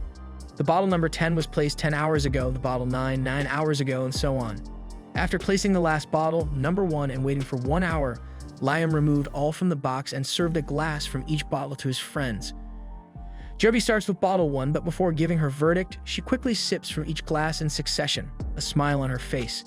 Similarly, Liam is somewhat anxious to know the result, but also admires his friend indulging in the wine that way, as one of his dreams in his previous life was to be able to drink like that. Thinking the boy is eyeing the girl wickedly, Asuna smacks him on the back without mercy. He explains that he was just admiring Jody's beautiful attitude, but the woman doesn't want to hear excuses and demands that he not look at any girl with that lecherous face. Either way, Jody assesses that the wine one tastes like it's aged for 1 year and number 10 for 10 years. Thus, Liam concludes that 1 year inside the dust box passes in 1 hour. After this test, the group heads to the Promised Land, where the newest village that Liam is leading alongside the companions he gathered along the way is being built. Jody and Asuna mingle with the others and are enchanted by the beauty and liveliness of that place. At night, to welcome the guests in style, Rana announces that a great banquet has been prepared. As always, Chris challenges Guy, this time to see who cooks better. To start humiliating, the she-wolf showcases the special dish of her race, monster sheep barbecue. Jody and Asuna drool over this culinary masterpiece, but Guy promises to turn the tables with his secret trump card, an extremely tasty monster cow roast from his people. Again, Asuna and Jody eye the meal from afar while the two challengers praise each other's performance. For her part, Rana arrives with the elf special, herb and mushroom soup, which can also be enhanced with Liam's instant noodles. After the challenge, Asuna can no longer wait and attacks the 3 dishes displayed before her. Jody, embarrassed, warns the girl that she's being rude. However, not much different from that, the others also freely enjoy the prepared dishes, and everyone interacts with each other while enjoying the tasty and well-served meal. The next day, the villagers take the opportunity to harvest the abundant fruits that infested the region's trees, where Liam picks to share to make a variety of juices. Asuna comments that she's never seen such star-shaped fruit, and Jody can't wait to try one. Suddenly, Chris and Guy appear, running after grabbing a bunch of them, competing to see who had gathered more. At that moment, Rana scolds them, explaining that if they take all the fruits from one tree, it won't bear fruit again. Amidst this, the group hears screams of pain coming from somewhere in the forest, prompting them to rush towards the source. Upon arriving, Liam sees a creature biting Gon, prompting him to summon 17 power missiles to contain the threat. The monster is thrown away but withstands the damage and dashes deeper into the forest. To identify the creature, Liam chases after it but loses track and gives up the pursuit. Meanwhile, Guy checks on his friend only to find Gon exhibiting a mutant reaction, assuming a monstrous expression similar to the creature that bit him, as if undergoing zombification. When attacked by his comrade, Guy is confused and tries to convince the transformed troll that they are old friends, but failing that, he attempts to restrain Gon in some way. Liam intervenes with the total purification spell, healing Gon's neck wound and putting him to sleep instantly. Given the symptoms, Jody suspects this to be a case of vampire infection. Normally, there's nothing to be done once someone's infected, but this time Liam manages to heal Gon, leading the familiar to recognize how incredible her master is. However, Guy and Chris believe it wasn't a vampire, as they would turn to dust in sunlight. Insisting on her hypothesis, Jody considers the possibility of a mutant Dracula, a rare vampire born once in centuries, under whose rule lesser vampires become stronger and immune to sunlight. Facing this potential threat, Liam orders everyone to gather information. Hours later, a werewolf returns to the village in haste, reporting that a horde of 10,000 vampires was spotted 10 kilometers to the north. As this is 100 times the number of village soldiers, everyone is extremely worried. Moreover, since there are thousands of vampires, it's clear that other inhabitants of the land have been taken by them. Adding to this, the scouts saw orcs and goblins among the horde. With this information, Jody is now certain if Dracula is leading these evil forces. Rena points out that vampires are usually a quiet species that lives away from others. Chris is outraged that innocent beings have turned violent due to the Dracula, and Guy adds that they need to defeat this enemy before the situation worsens. However, given the horde's overwhelming superiority, as Liam well remembers, they must do what they can at the moment. First of all, he orders the evacuation of the neighboring villages. After the villagers do their part concerning the evacuation order, one of them returns to the village and reports that the others didn't listen to them, convinced they would never lose to such weak creatures as vampires. In the orc village, they fought bravely for their territory but were crushed by the overwhelming numbers of vampires. Moreover, a vampire clearly different from the others appeared, and all the lesser ones knelt before him. At that moment, this superior being made the defeated vampires regenerate. Obviously, Liam deduces this to be the Dracula, and everyone worries about the horde being invincible while the leader is alive. However, based on the information he received, he has an idea of how to fight the vampires. Thus, as night falls, a group of 5 peasants stands at the forefront of the endless horde of monsters. As the monsters approach, the team activates their new magic armor and dons the special equipment. Following this, Rana casts Waterfall, a water magic spell that wreaks havoc on the battlefield. Then Chris launches Explosion, followed by Guy's Gaia Impact. In turn, Asuna strikes with the Blade of Wrath and Jody with the Arrow of Judgment. Watching the battle from atop a cliff, Liam Hamilton pays close attention to his surroundings. After a barrage of attacks, the village team manages to defeat part of the monsters, then runs to the next challenge. However, Dracula decides to show up at the venue and prevents them from leaving. When the leader appears, his subordinates kneel, then Liam fearlessly teleports in front of the most powerful enemy and transports him 100 kilometers away using the same displacement spell. Dracula asks what kind of joke this is, and the human explains that he separated him from his subordinates by 100 kilometers. Now all that's left is to defeat the vampire master to resolve everything. However, clearly the vampire has another idea in mind, and as long as he hasn't drained all the inferior races, he will never rest. With that, Liam launches 19 power missiles at the enemy, who easily blocks the attack, moves stealthily behind the human and tries to strike him, but without success. After escaping, Liam wonders how the vampire ended up behind him. Regardless, he now hurls 9 holy spears at Dracula, who even when hit, simply evaporates and reconstitutes elsewhere. The monster's movement speed is so fast that it manages to grab Liam from behind. The boy reacts with the illusion spell and suffers a bite on the neck. Soon, the original Liam detaches from the clone and orders the copy to dissolve. Faced with the situation, the vampire admits that the human has mastered many spells, while Liam, already exhausted, reflects that he still has one last ace up his sleeve. If he uses his Guardian Raiden's armor, his attack power will increase, but it will consume his mana quickly. Hence, this will be his final resort, which the mage cannot use until he is sure he can win. Thus, when casting a fireball, Liam watches Dracula perform the same trick to escape. Later, when freezing the opponent with ice needles, the same thing happens again, and even though he was surrounded by a layer of ice, the vampire managed to shift his body to the outside as if nothing held him. Having done that, the creature claims that all the human mage's efforts will be in vain, for he is invincible and his existence defies the logic of this world. Since he does not have a life, he also does not have a death. His body is merely a vessel to absorb the life that floats through the air. Hearing that Dracula is not alive, Liam starts to think of ideas, but Dracula advances and threatens to bite the human. Quickly, Liam reacts by trapping the opponent in the dust box, for just like the item box, it's impossible to store living things inside. But since the vampire is not alive, it's checkmate. Now the question is to see how long this monster can survive inside this box, which contains no life within. 10 hours later, which translated to 10 years inside the dust box, Dracula enters a state of suspended animation, perhaps unable to do anything against his prison. With that, Liam believes he has won the duel. Raiden laughs at the boy's very eccentric way of handling the fight, and Liam remarks that sometimes it's better to use your head than 1,000 fireballs. After defeating the enemy leader, the young Baron returns to his family and asks what happened to Dracula's subordinates. They tell him that they started getting dazed recently, but don't know why. Asuna approaches a monster and easily breaks its tooth. Jody mentions that some had lost their teeth naturally, so they needed to be sure if Liam had defeated the master vampire. Either way, it seems these monsters escaped Dracula's control and even look better for it. So Liam puts this matter aside for now and focuses on other issues he needs to resolve. In the midst of this, the newly freed creatures are violently engulfed by what Raiden explains as Dracula's mana.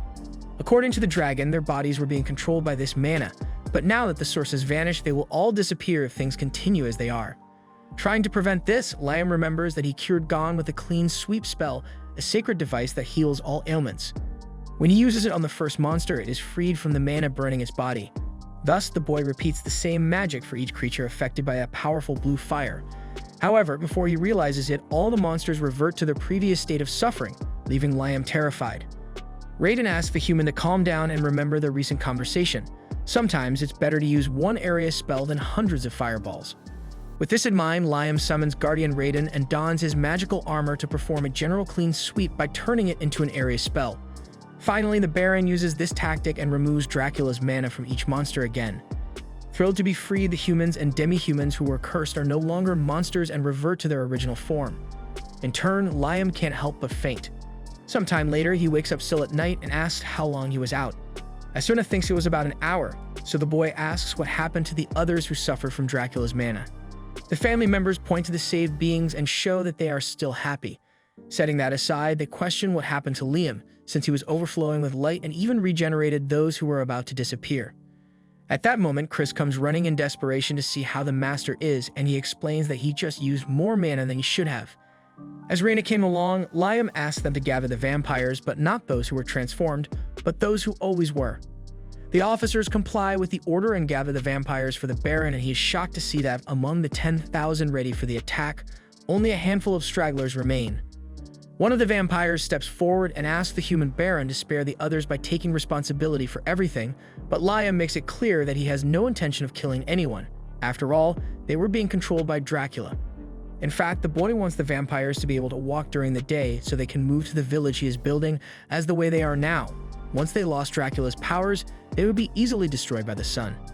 Now, if they decide to join the village, it must follow 2 rules. First, listen to everything Liam Hamilton says. Second, do not cause internal strife. Other than that, Liam will not force the vampires to do anything.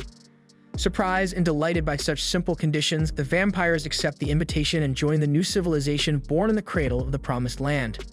Thus, Liam prepares to apply the familiar pact, but with some improvements.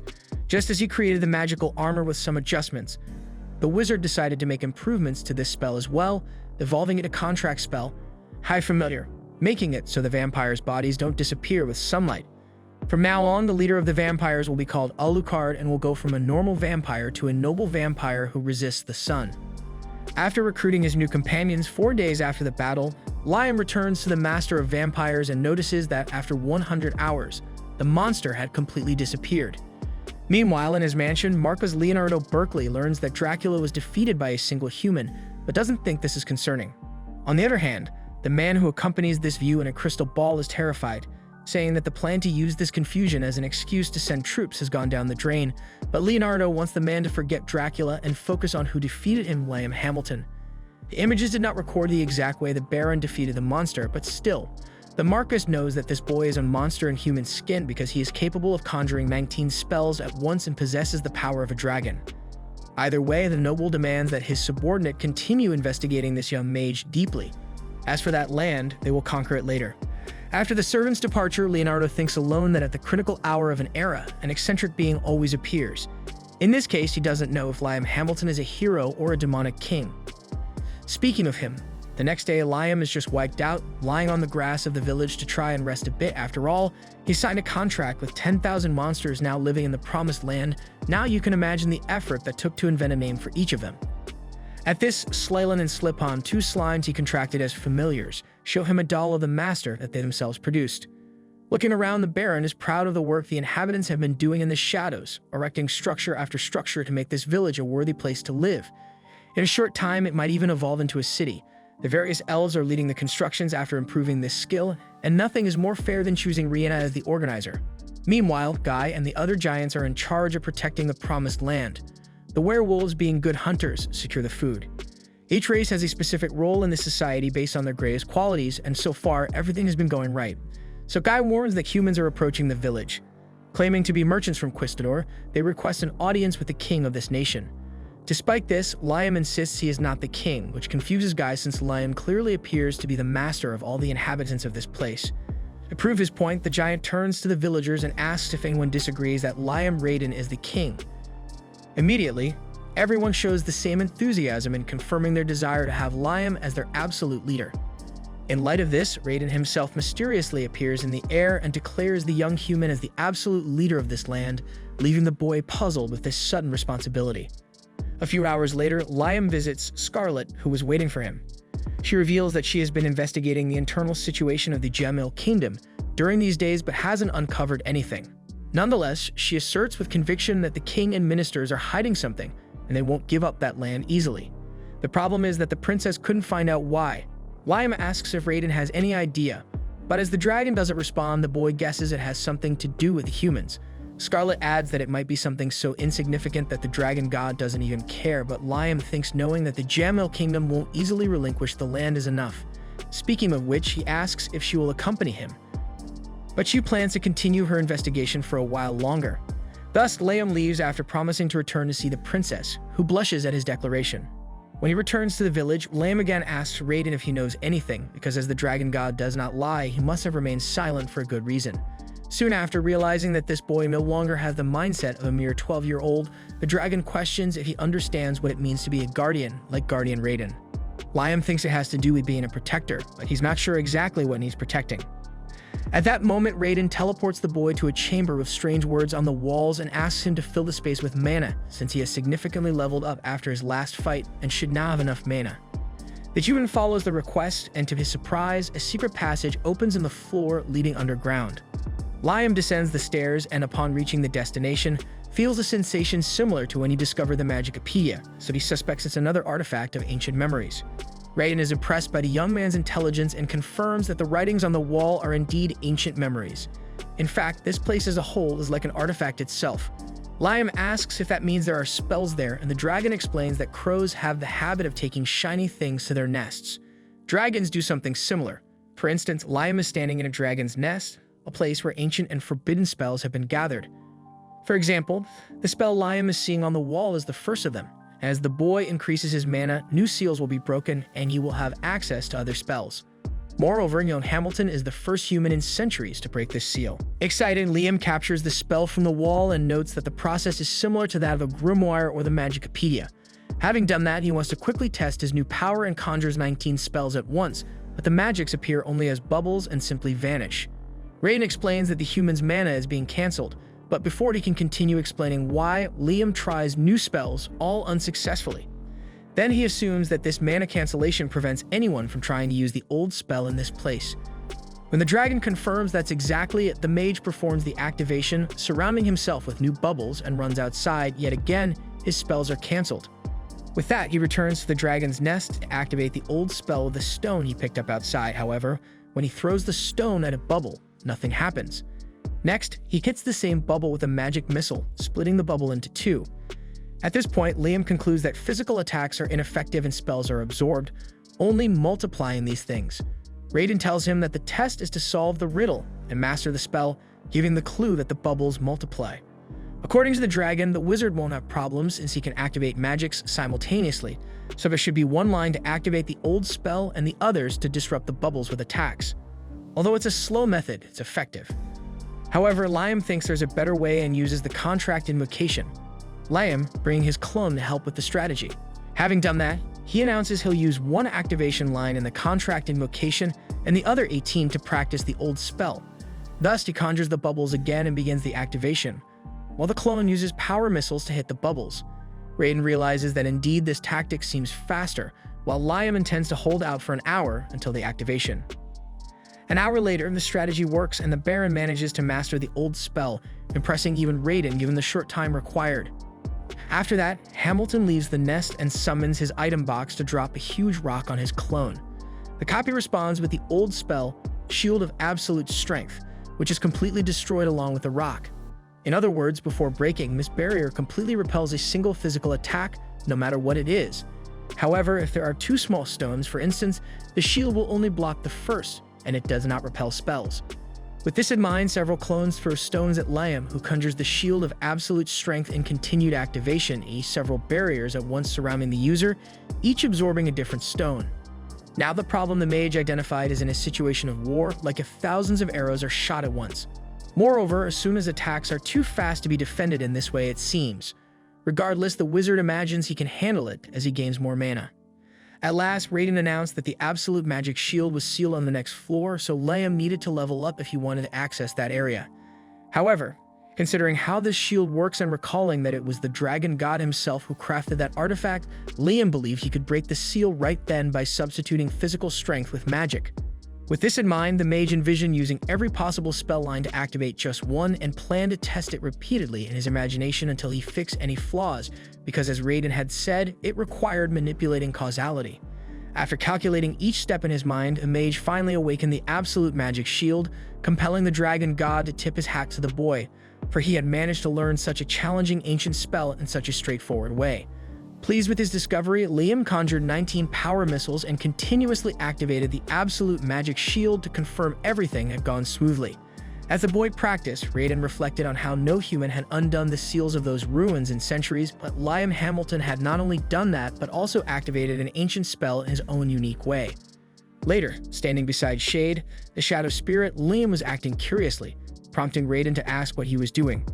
The young mage replied that he was training his nose to become accustomed to sensing mana presence. Raiden imagined this would enable him to use both types of barriers, physical and magical, correctly, and the mage confirmed, though Raiden wondered if it wouldn't be better to always use both. Liam explained that while it wasn't impossible, he wanted to find a more effective way to use them that would use less mana. The dragon thought this feasible if Liam could anticipate an opponent's attack in a second. Regardless, the dragon god praised Hamilton's endless desire to evolve when it came to magic. The next day, Asuna rushes to Liam to warn him that Guy wants to speak with him at point 17. As the city grew, the inhabitants created several meeting points to aid communication and efficiency. Upon arriving via teleportation, the nobleman sees the guardians of the Promised Land facing armed humans. According to the leader of the Gigas, these men claim to be messengers from the Duchy of Palta, demanding an audience with Liam Hamilton. Still unaccustomed to being treated as king of this place, the young noble asks where the leader of the men is, and Guy points to the man next to the carriage. Without delay, a man named X-Blast introduces himself on behalf of the Archduke, requesting that young Hamilton marry Lady Flora. He also asks if Liam has already married Princess Scarlet of Jamil. When the boy replies that he will marry only later, X states that the Archduke would never be so rude as to make him wait like this. With that, he signals for Lady Flora to step down from the carriage, making it clear that Hamilton could take her hand at this very moment if he so wishes. Embarrassed, Liam wonders if this is how nobles marry. Without responding to the proposal, the young man invites the travelers to take a walk in the city and talk more calmly. X-Blast takes this invitation as a yes to the marriage proposal and claims his master will be very pleased with the news, but Liam clarifies that this is not the case. Suddenly, the boy senses danger around him and activates the absolute magical shield, which protects him from a massive layer of fire speeding towards him, with its bizarre humanized face, until it explodes in the area. Although the barrier partially works, the impact is strong enough to knock down the Duchy of Palta's convoy, including Flora. Seeing her condition, Liam wonders what could have happened, and Raiden explains that it's the killer element, an explosive monster created by humans. Had Liam's reaction been slower, Lady Flora would have turned to ashes in the blink of an eye. Liam asks who would do such a thing, and the dragon laughs and suggests that it might be someone who isn't present at the moment.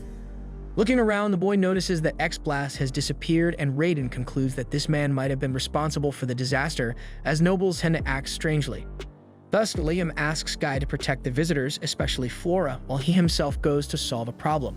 Without delay, the noble teleports to Jamil in search of Scarlet. A maid at the princess's mansion informs him that her lady is taking a bath, so the young man decides to wait for her to come out. Afterwards, he takes Scarlet to the site of the incident in the Promised Land and explains who Lady Flora is and that X-Blast wanted him to marry this woman. Scarlet reveals she has never heard of a noblewoman by this name but knows who Blast is. He is the right-hand man of the Duchy of Palta and is known to operate behind the scenes when it suits him. Liam adds that as soon as he agreed to speak with Flora, a monster called Killer Element exploded near her. Scarlet thinks Blast is using this to blame the territory for the monsters, so he could accuse Liam's kingdom of having killed the maiden as an excuse to invade the Promised Land.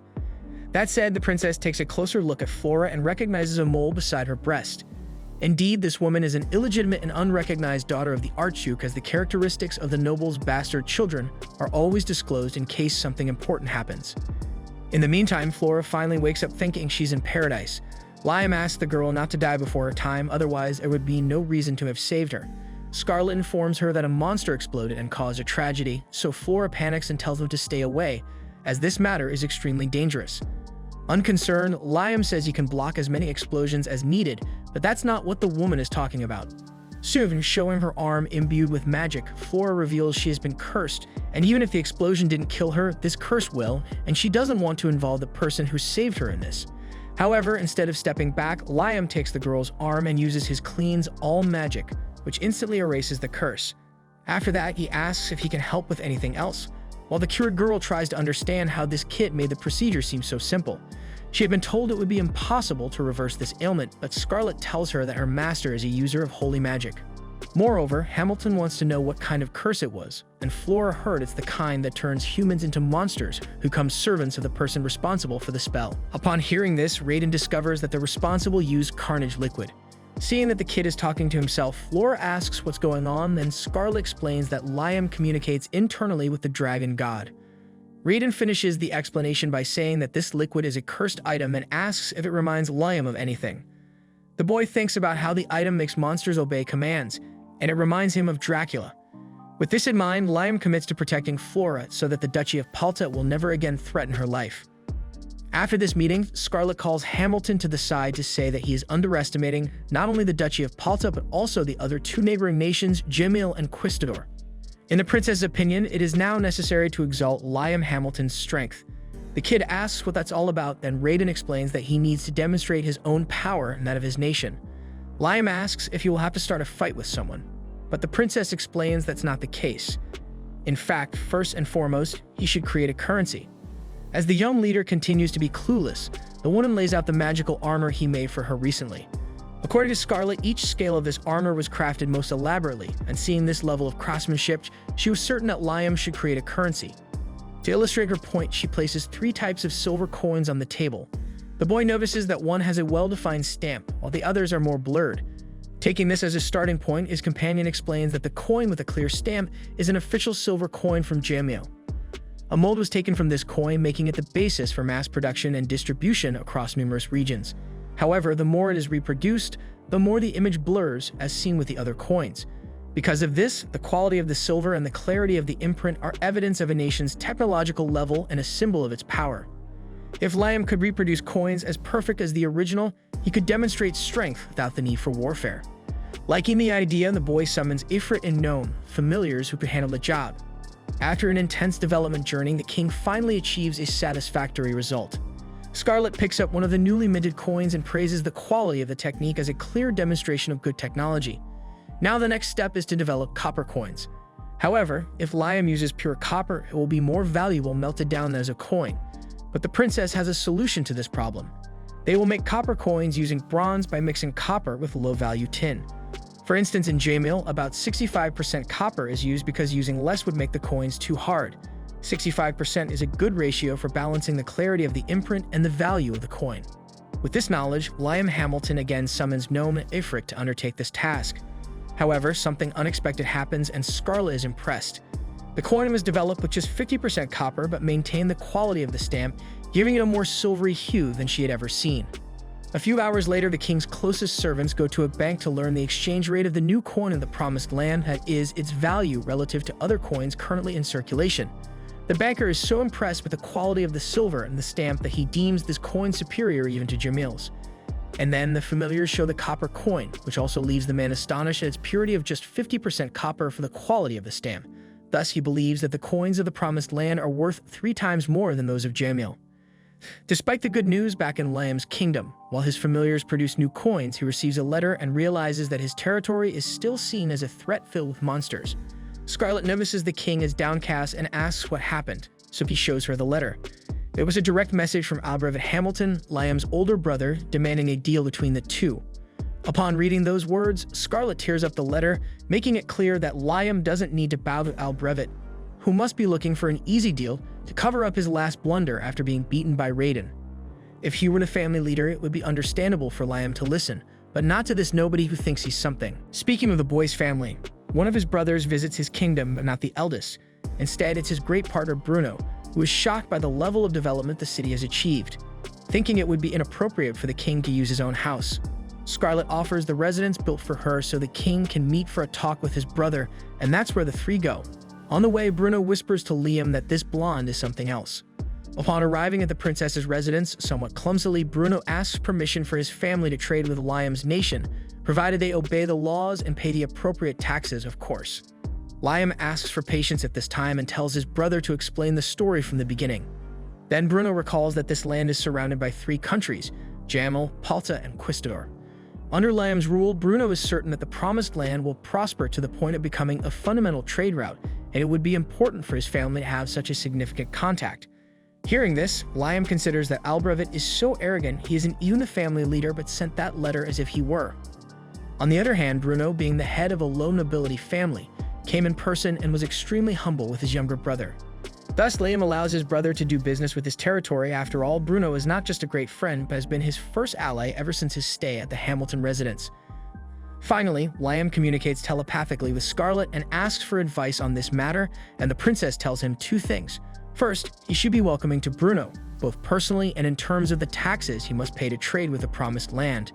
Second, do everything she said about Bruno the opposite way with abridged and the Hamilton family. In short, be friendly with allies and cold with those who underestimate you. If necessary, crush them with your power, for that is part of being a king. Later, with Bruno's departure, Scarlet emphasizes that although he was older than Liam, he acted all the while with humility and sincerity, besides showing great competence. For his part, Raiden concludes that position creates the person. Bruno went from being the fourth son of a noble to the head of a low nobility family, poor, and this sense of responsibility caused the young man to change his behavior. The same cannot be said for Albrevet, who will inherit the position of chief simply because he is the eldest. In fact, that's why the dragon god suggested to the first king of Jamel that nobles lose their titles after 3 generations. Seeing Liam's astonished reaction, she asks what he was thinking. When Liam tells her that the dragon invented this policy, the princess is even more enchanted with Raiden's wisdom, as it is thanks to this law that nobles always need to achieve new things if they want to maintain a higher social position. By the way, Raiden praises Liam for having asked Scarlet's opinion before finalizing deals with his brother. He points out that even if one is the absolute ruler of a nation, when unsure about something, it's wise to seek advice from the most trusted vassals, as it could lead to the most advantageous decision. And speaking of which, the dragon god thinks Scarlet was very wise to suggest using a coin to demonstrate the nation's strength, though such a measure only works with other equally wise individuals. Liam doesn't grasp what that means, so Raiden uses the example of the young man's own older brother. What if Albrevet were the leader of another nation? If that were the case, surely Liam would be attacked by him and other foolish kings who try to impose their will through violence. In light of this, Liam knows he must fight back, but his current style isn't enough to protect his territory as well as he'd like, especially since magic users are vulnerable while casting spells. After all, even though he has learned to use more than one spell at a time, the boy loses a lot of mana doing so. Nevertheless, Raiden emphasizes that the human still has much to evolve, especially considering that magic has another flaw: it can be sealed. To compensate for this problem, Liam needs to constantly strengthen himself by using his own mana to gain strength without turning it into magic. Having said that, the dragon god finally decides to reveal himself personally to the young human and shows that his original form is that of a 13-year-old girl. To Liam's surprise, he demonstrates how to use mana without spells by accumulating energy around the body to strengthen oneself.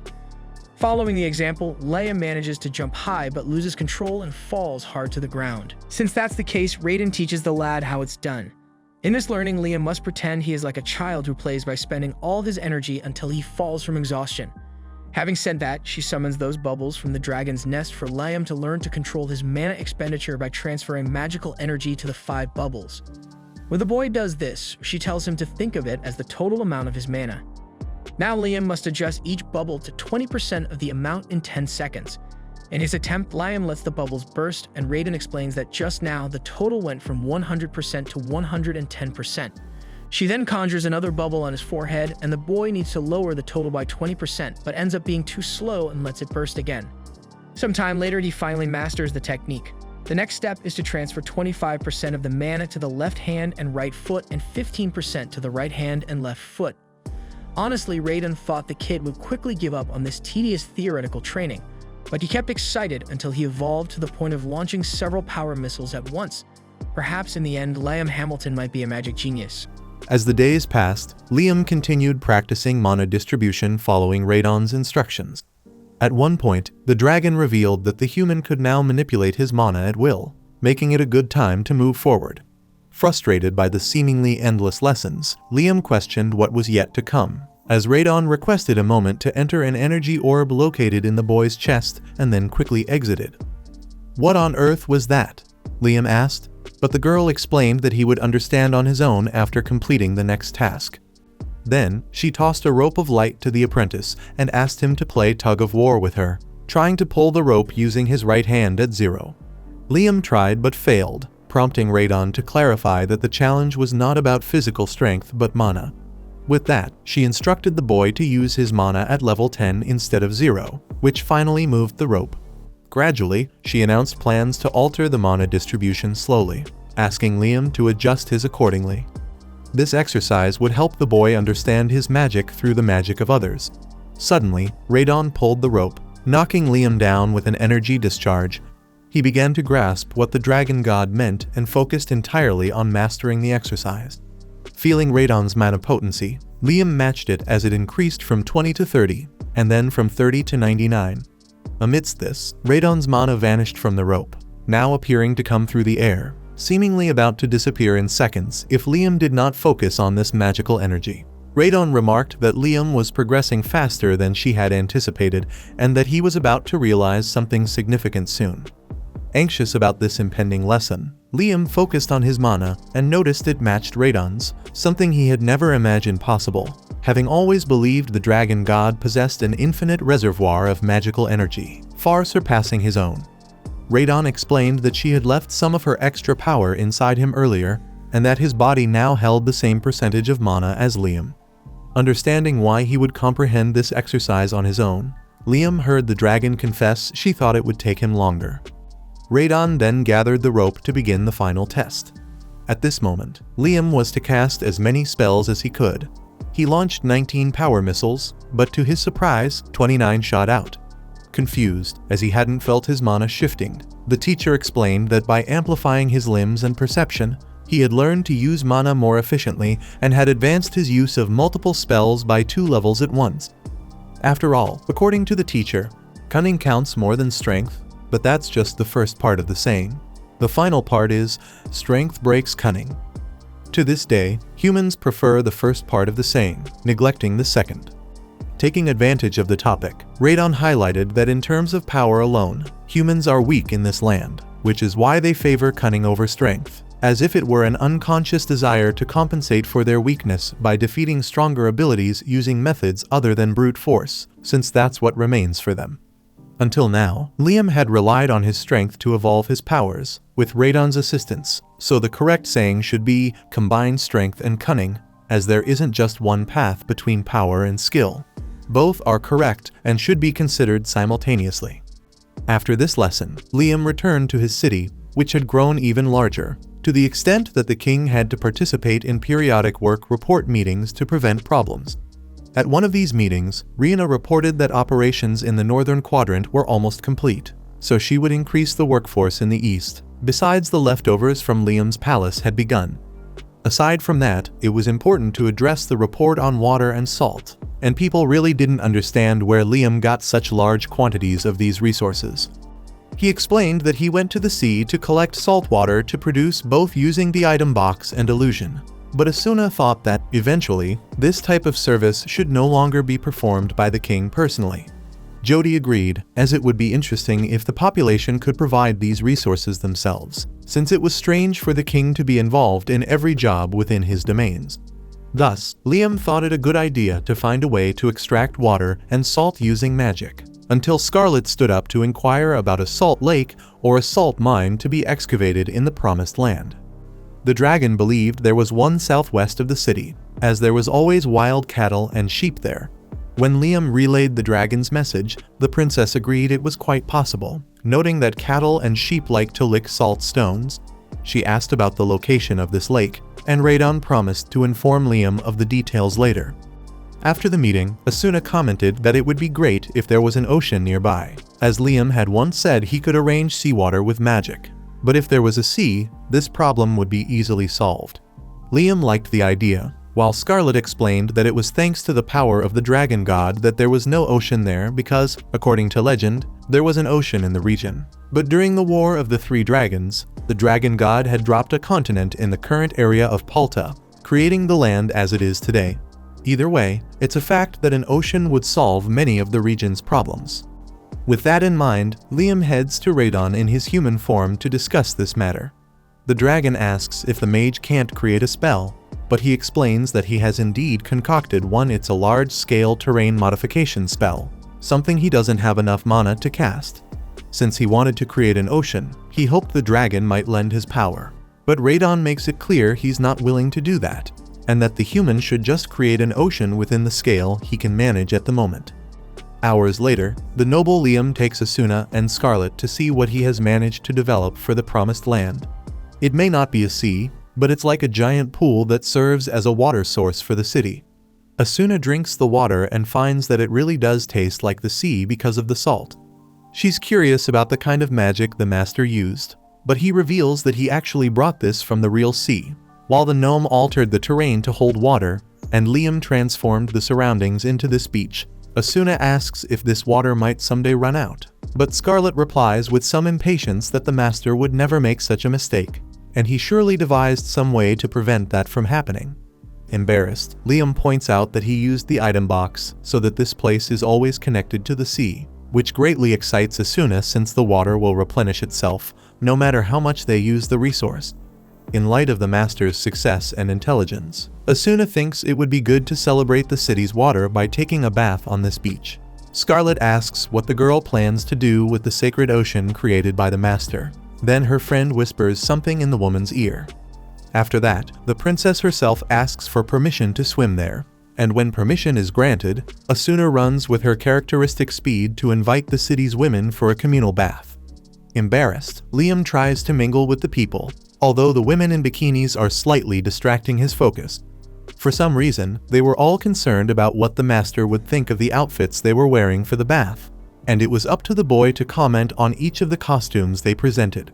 Eventually, Chris appears running and knocks the boy down as if she were a rambunctious puppy, adding even more movement to what was already a peculiar scene. By the way, wherever he went and wherever he looked, Liam saw maidens wearing swimwear here and there. At a certain point, Asuna pulls Liam to enter the water after the endless parade of beauties from the promised land, with even a volleyball net set up later for people to play comfortably. Although Liam is appealing with his skills well above average, which isn't exactly a fair competition. Out of the game, all the women were enjoying themselves in their own way, and Asuna was the person who most insisted on having Liam by her side. She even invites the king to race to the other coast, with the condition that the loser does whatever the winner commands. Before the boy could agree, Asuna and Chris had already jumped into the sea to cross the coast and win the contest, so Liam starts a bit behind, but either way, the race begins. After the race, he stops to rest in the shade somewhere on the beach, where a girl was lying down. He jokes that all the women were so worried if their bikinis matched, and that he shouldn't have to be forced to see that. However, the girl asks if he wasn't happy to see all that, leaving Liam speechless, albeit with blushing cheeks. Then, the king returns to the city and sees Scarlet saying goodbye to a man on horseback at the entrance gate. He approaches to find out what's going on and learns that the region of Agi, from Jamil, is her mother's homeland and, unfortunately, is experiencing a water shortage. Since that's the case, the noble decides to help this region by producing as much water as needed with the help of Celsius, remembering that they could transport this resource at will with the item box and teleport. Scarlet is confused by the leader's willingness to help another territory, so he explains that it's important to get along with a neighboring nation. Thus, seeming strangely disturbed by something, Scarlet says she will notify the local king about the help. Then Liam appoints her as the messenger responsible for announcing that all necessary water will be provided without Agi having to give anything in return, since it was due to a natural disaster. After the departure of the Princess of Jamil, Radon comments that the boy is quite generous, and he responds that he's trying to follow the teaching about combining strength with cunning. Speaking of which, he remembers that he created a coin at Scarlet's suggestion to demonstrate the capabilities of the Promised Land, and that they might be useful for cooperating with the countries around them. Pleased with the young man's attitudes, Radon emphasizes that Liam has the qualities of a wise king.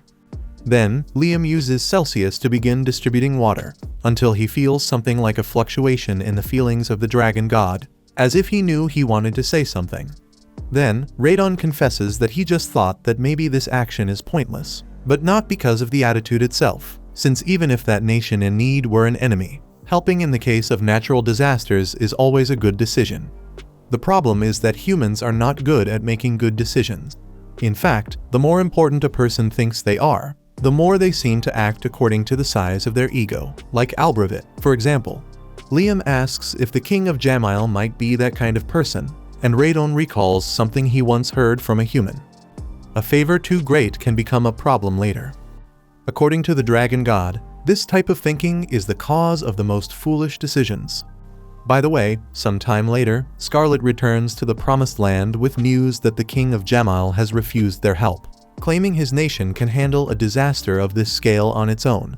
According to the princess, refugees from Jamil have been fleeing to nearby areas, and while they are sending supplies there, they can't manage to send enough water. Liam points out that the item box could solve this problem with teleportation, so Radon wonders if they could make it rain to end this ordeal, as among the spells humans call sacred are those that control the weather. However, although excited by this possibility, Liam states he does not wish to learn that spell today, as making it rain would be using brute force, whereas now is the time for cunning. With that in mind, Liam meets with his brother Bruno, a noble of Jamal, because nobles in that region customarily help in times of tragedy as a way to maintain their merit and status. The issue is that AG is undergoing a drought, but the king of Jamal has refused aid from the promised land. So Liam wants to create water and deliver it to his brother, so that he can distribute it to the needed areas.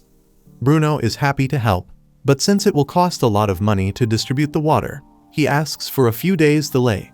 The younger brother then asks for 10 silver coins from Jamal as payment, as that's the average daily wage for manual laborers, and Bruno is impressed by his brother's kindness in charging a symbolic amount for such a complex and costly operation, although he knows his personality. After the meeting, Radon warns that people are already keeping an eye on Liam, like that employee from Jamal, who claimed to be there to discuss the preparations for the marriage to the princess. But in truth, they are monitoring the protagonist's every move to ensure he does not get involved with AG. After all, as the dragon had said, human pride is a tricky business. For his part, Liam regrets that he cannot teleport to AG because he has never been there before, so he thinks about summoning his clone to escape from the spies. In the meantime, Guy reports that Jamal has sent people to various regions to study the best route for their arrival at the princess's wedding. Therefore, the leader orders that the giant lets them do as they please and observes them as little as possible. Even if they don't install anything or behave suspiciously, they should be left alone. With Guy's departure, Liam thinks of a way to send his illusion to AG without anyone discovering it. Upon summoning the copy, he uses Wind Cutter to change the hairstyle of the clone, but the way it turned out, it seems it will only draw more attention, so he sends the clone back, ties his own hair, and conjures his copy again, thus realizing that it appears the same as he does at the moment of conjuration, also with tied hair. Furthermore, the copy explains that when it disappears, it's as if nothing had happened to it, meaning everything resets. Radon adds that Liam's mana is the same as the clone's, so it's better to use an enchantment. Thus, Liam manages to create an improved spell on his clone, transforming him into Amelia, the singer he adores, with a voice identical to hers and still capable of casting spells.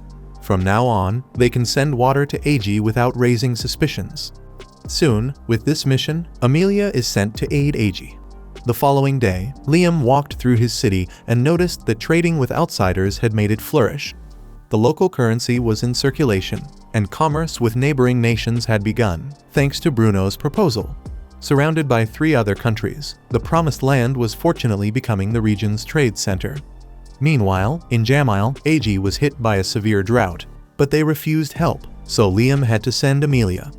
Suddenly, along the way, Liam noticed 2 men eyeing him intently. Pretending to be unaware, he continued his walk until he met Slillan and Slip-On, who called their master to play something. Liam mentioned that the 2 were quite dirty, so the slimes performed a trick that cleaned them instantly, as if by magic. Observing this, the noble looked at the ground and agreed that it was impossible for the 2 to stay clean with so much mud on the road. Thus, he came up with an idea to change the situation, maybe a shower. He then went to Guy, who was working alongside other Gigas. At one point during the construction, Guy asked the master if this was his wish, but Liam, being odd and eccentric, immediately requested that a giant rock be broken into gravel. The king then summoned his gnomes to dig a gutter along the length of the road. Radon, concerned about how the human planned to pave the road, explained that there are 3 ways to build streets, with stones, tiles, and lastly, a special soil that is heated until it melts and hardens when poured on the ground. Humans call this material burnable soil. Hearing this excited Liam, who was quite an oddball and magic fanatic, as it made him want to produce this soil using his magic. Radon, knowing the boy's obsession with magic, already guessed which option he would choose. Liam then inspected the gutters made by the gnomes, and the dragon god noticed they were 1.5 yards deep, similar only to Jamal's Avenue of Triumph, used by victorious troops in wars and leading to the king's castle.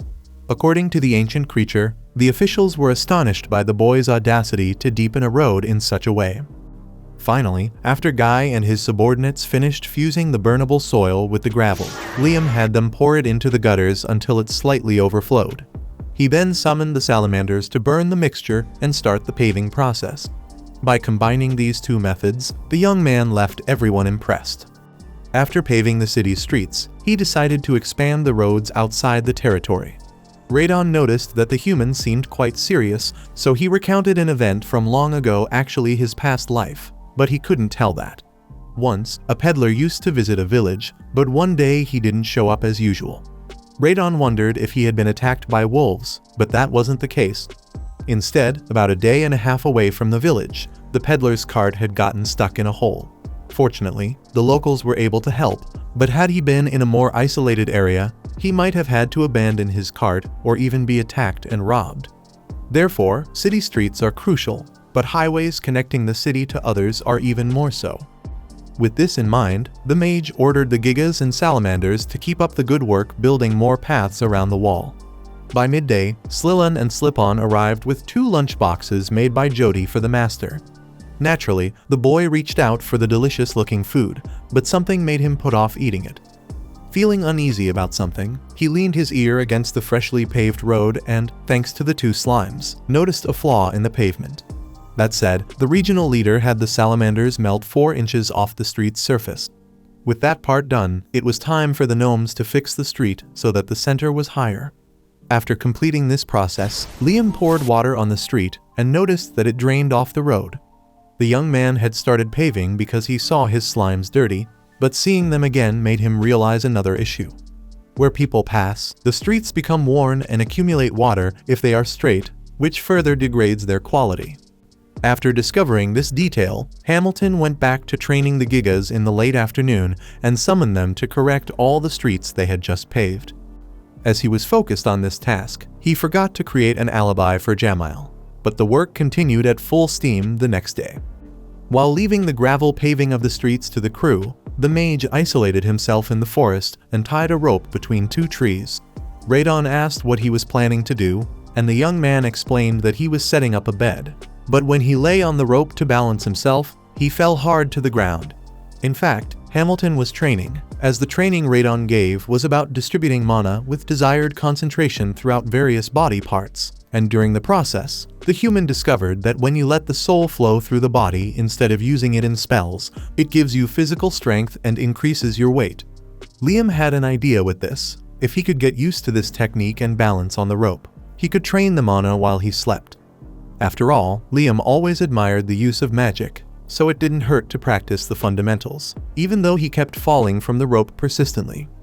However, after some time of practice, it was no longer so difficult to stay on top of his improvised bed, and Radon pointed out a change that had happened in his body. Focusing on this, Liam realized that he had started to notice small differences in mana that he hadn't detected before. The dragon god explained that these were the differences in the land. For example, mana is an innate power that people possess. Differences in the land where they are born and live, in the food and water they consume, manifest as slight differences in the wavelength of their mana. Excited by his discovery, Liam Hamilton activates his mana detection and realizes that spies from the 3 neighboring nations have been in the Promised Land.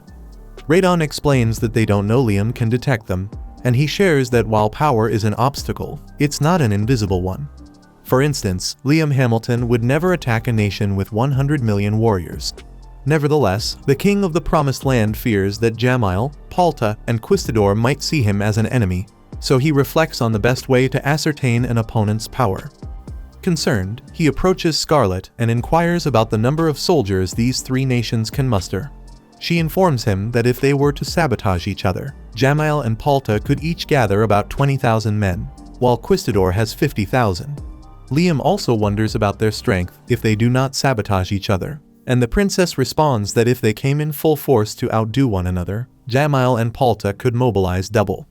Quistador always goes all out, so they do not muster more than 50,000. Liam finds the prospect of facing a combined force of 130,000 soldiers daunting, especially since the Promised Land has only about 10,000 combatants, albeit a few with magical armor. Radon points out that it might be possible to fight if everyone had such armor, but Liam recalls that he created new magical armor precisely because it wasn't feasible to do so. That is, they are easier to make, but the original armor is much stronger. In summary, the trick is to think of a way to avoid direct confrontation until then. As for foreign policy, Scarlet Jamail makes it clear that the king can count on her. Later, the king returns to his training rope and ponders that there are 3 countries bordering his, but they are not the only ones on the continent, meaning there might be spies from other places in his territory. So, he focuses his mana detection further and ends up identifying a very specific mana that catches his attention. Because of this, he rushes to a group of workers who were building roads and orders them to move away. Then, he summons gnomes to dig a deep hole. Once done, the mage jumps into the hole and finds a huge vein of high mithril at the bottom. With this amount, the sovereign will be able to equip his entire army with magical armor and compensate for the military power disparity with other nations. But that's not all. Then, Liam returns to the surface and orders Scarlet to spread the word that the Promised Land has discovered such a vast source of high mithril that it can equip its entire army with the best possible armor. With this discovery, Liam Hamilton now possesses a visible obstacle to prevent the invasion of potential enemies, so he temporarily suspends road paving to focus a good number of workers on extracting high mithril. Given the absurd amount of this mined resource, the leader celebrates that thousands of magical armors can be made, and Rihanna responds that all this is thanks to the master's great refining skill. On the other hand, there is the problem of the paving that was halted because of the mining, which the elf regrets, although she is willing to help with whatever is necessary.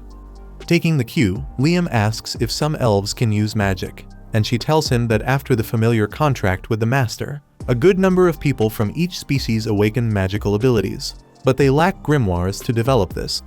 About this, Liam knows that grimoires are necessary to learn spells, and that it usually takes a long time to learn a single magic. His Magicopedia is like one of those grimoires, but lending it from person to person certainly isn't very efficient. Given this, Rihanna advises the king to produce grimoires on a large scale, and the boy likes the idea. He considers that the Magicopedia is an artifact of ancient memories made of high mithril that stores magical knowledge, as if it turned all the spells the user knows into grimoires. Thinking about this, he imagines that it will be possible to produce such products on a large scale, but instead of making individual rings, he thinks about doing something like in that underground altar, because the entire space of the ruins where Guardian Radon was is an artifact of ancient memories. If they can build something of that level and put everyone to train together, it would be great, but Liam realizes it would be impossible to do that. Finally, he asks if Rihanna has any magical aptitude, and she tells him she excels in ice magic. Next, he takes the elf to an inner city road and, in front of ingots of high mithril, he commands the salamanders to melt both the surface of the street and the ingots. After this, the gnomes are tasked with removing the surface and covering it with a thin layer of melted mithril. Lastly, the mage casts a spell on this precious resource and replaces the pavement removed on top of it. Having completed this process, the young man asks his companion to stand on the road to see if she feels anything different. After a few seconds standing on the street, the elf's body is taken over by a strong magical energy, and she feels spells connecting inside her. With this new source of mana, she casts an ice needle, something she had never done before.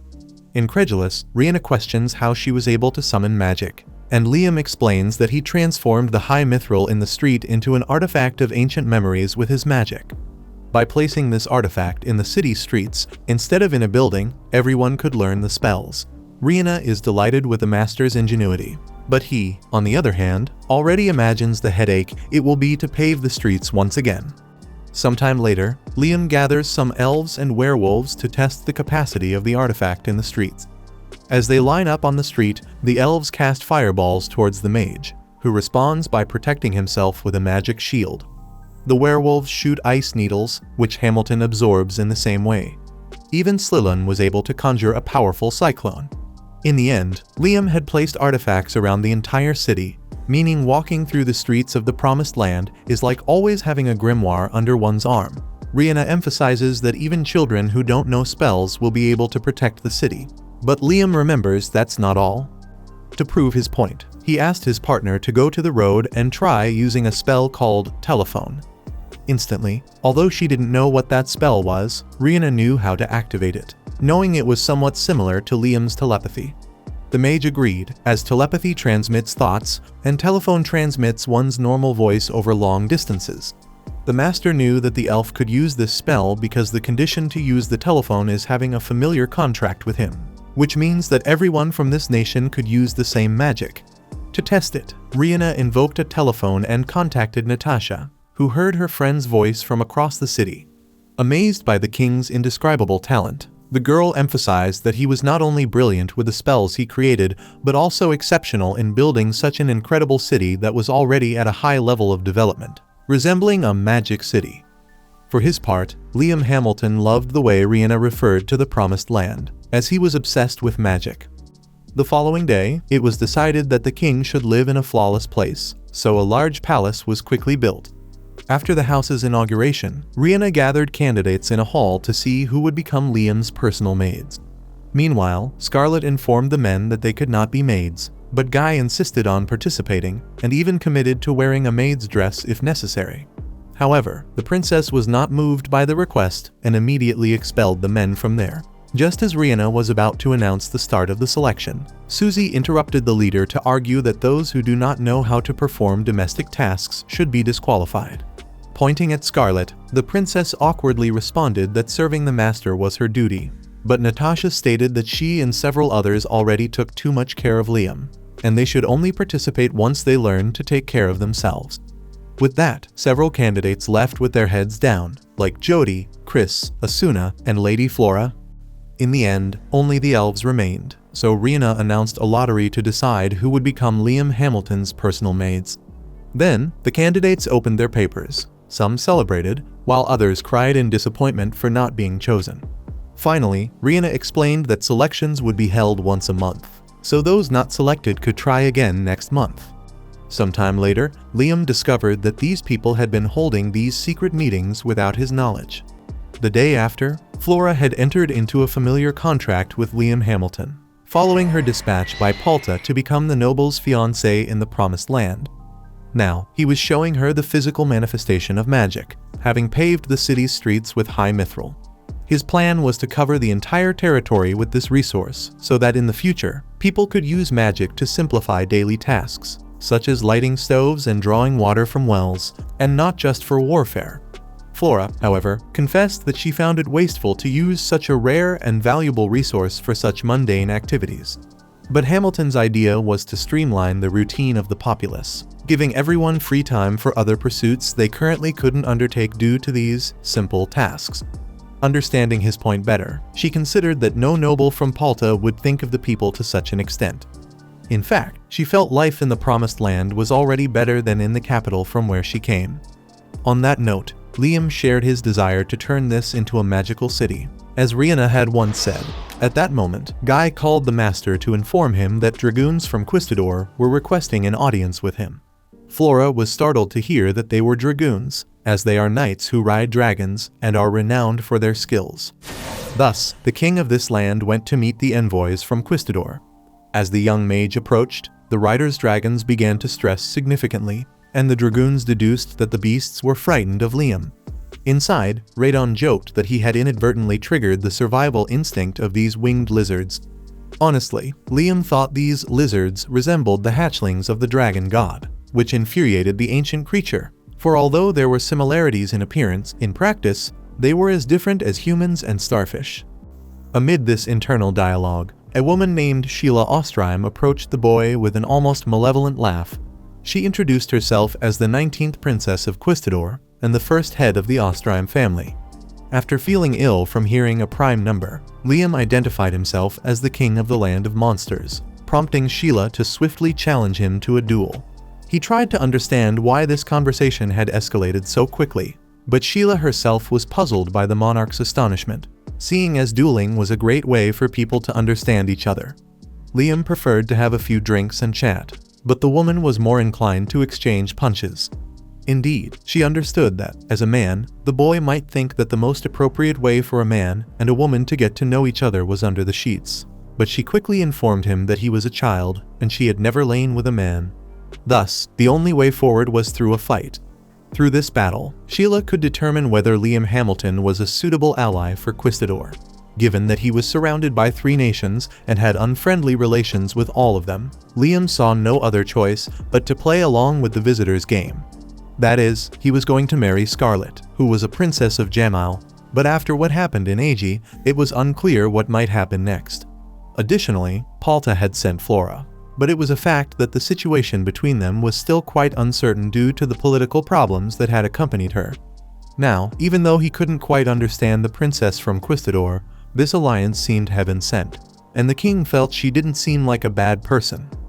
With everything settled, the duel was accepted, so the two headed to an open field nearby, where Sheila could fight unrestrained. Speaking of which, she initiated the duel by vanishing into thin air. Not to be caught off guard, Liam summoned the Absolute Shield, which protected the user from the rival's assaults. However, the problem was that Liam could only hear the opponent's voice, but had no idea where she was. Suddenly, he heard Radon instructing him to dodge quickly. As he did so, the boy noticed Sheila wielding a massive sword. Confused, he heard the dragon god explain that this was a magical sword, neither purely magical nor purely physical. In other words, Liam deduced that the Absolute Shield wouldn't withstand a blow from such a thing. With her malevolent laughter, the adversary continued exploiting her super speed to keep the mage on the defensive. Realizing the situation was getting dire, Hamilton closed his eyes in the midst of the combat, making the princess think he had surrendered. However, Liam was actually pinpointing his opponent's position with his eyes closed through a mana mist he had conjured. Previously, Sheila's speed had exceeded his perception limits, so instead of using his eyes, Hamilton used the mist to detect her. As the mist disappeared wherever Sheila passed, the mage connected his mana and his body so that his finger pointed to where the mist vanished. Hearing the boy's tactic, the princess was impressed by his strength and decided to end the fight right there. By the way, she made it clear that she could make Liam the chief mage of the Quistador court with all his talent. But first, they might have a more leisurely chat somewhere appropriate. Without delay, the wizard took the woman to his home's backyard via the teleport ability, leaving her stunned as she had never experienced such a thing before. Liam explained that it was a spell of Radon's, so Sheila deduced that this spell was the dragon's crown.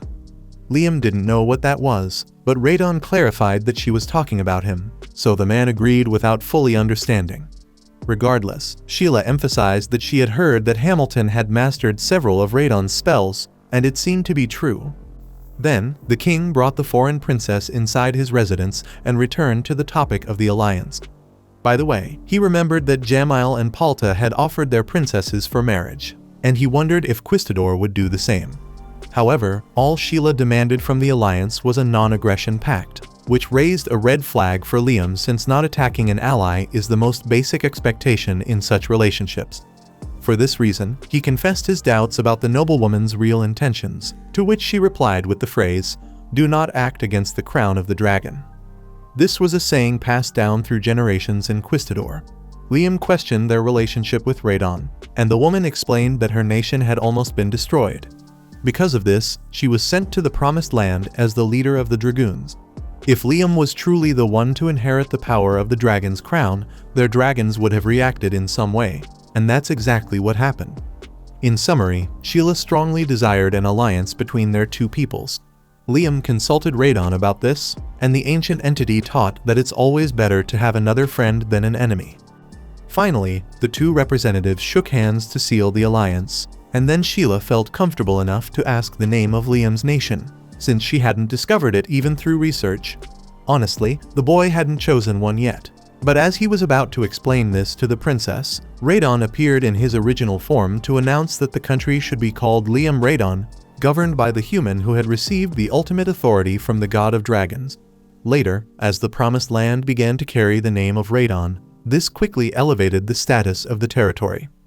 Hours later, after the creature returned to the interior of the king, the details of the alliance were still being discussed until late afternoon, and the agreement was only formalized when Sheila returned home the next day. Honestly, the mage thought the name Liam Radon was a bit cheesy, but judging by how Sheila trembled at the sight of the dragon, it's quite possible that it could deter potential wars. With the arrival of night, as Liam led the guests to her quarters for the evening, she was mesmerized upon leaving the mansion and noticing that the entire city was glowing with lights emanating from every window. Liam explained that he had used a spell called Light, unable to say where he got the inspiration, and that it worked like a grimoire extending over all the buildings. In disbelief, the Princess of Quistador ran to the windows and saw people illuminating their homes with this spell and performing daily tasks with magic. Because the entire area was so brightly lit at this hour, Sheila remarked that this place seemed like a city without night, and Liam liked the way the place was described. She asked how the mage managed to do all this, and he explained that he had found a vein of high mithril in the territory that was used to sustain the entire area as if it were a grimoire. Discovering that the king of this place even had such a rare resource, Sheila imagined that his army must be incredible, and that he must also possess magical crystals. Honestly, Liam had no idea what that was, so Sheila let out her characteristic laugh and explained that magical crystals are compared to many things. But the comparison she liked most was with dung, in the sense that it becomes a fertilizer. After all, these crystals are formed by the accumulation of mana that is leaked when a spell is used, much like the residue that remains after burning a candle. When a spell is used, extra mana lingers in the air and accumulates into magical crystals.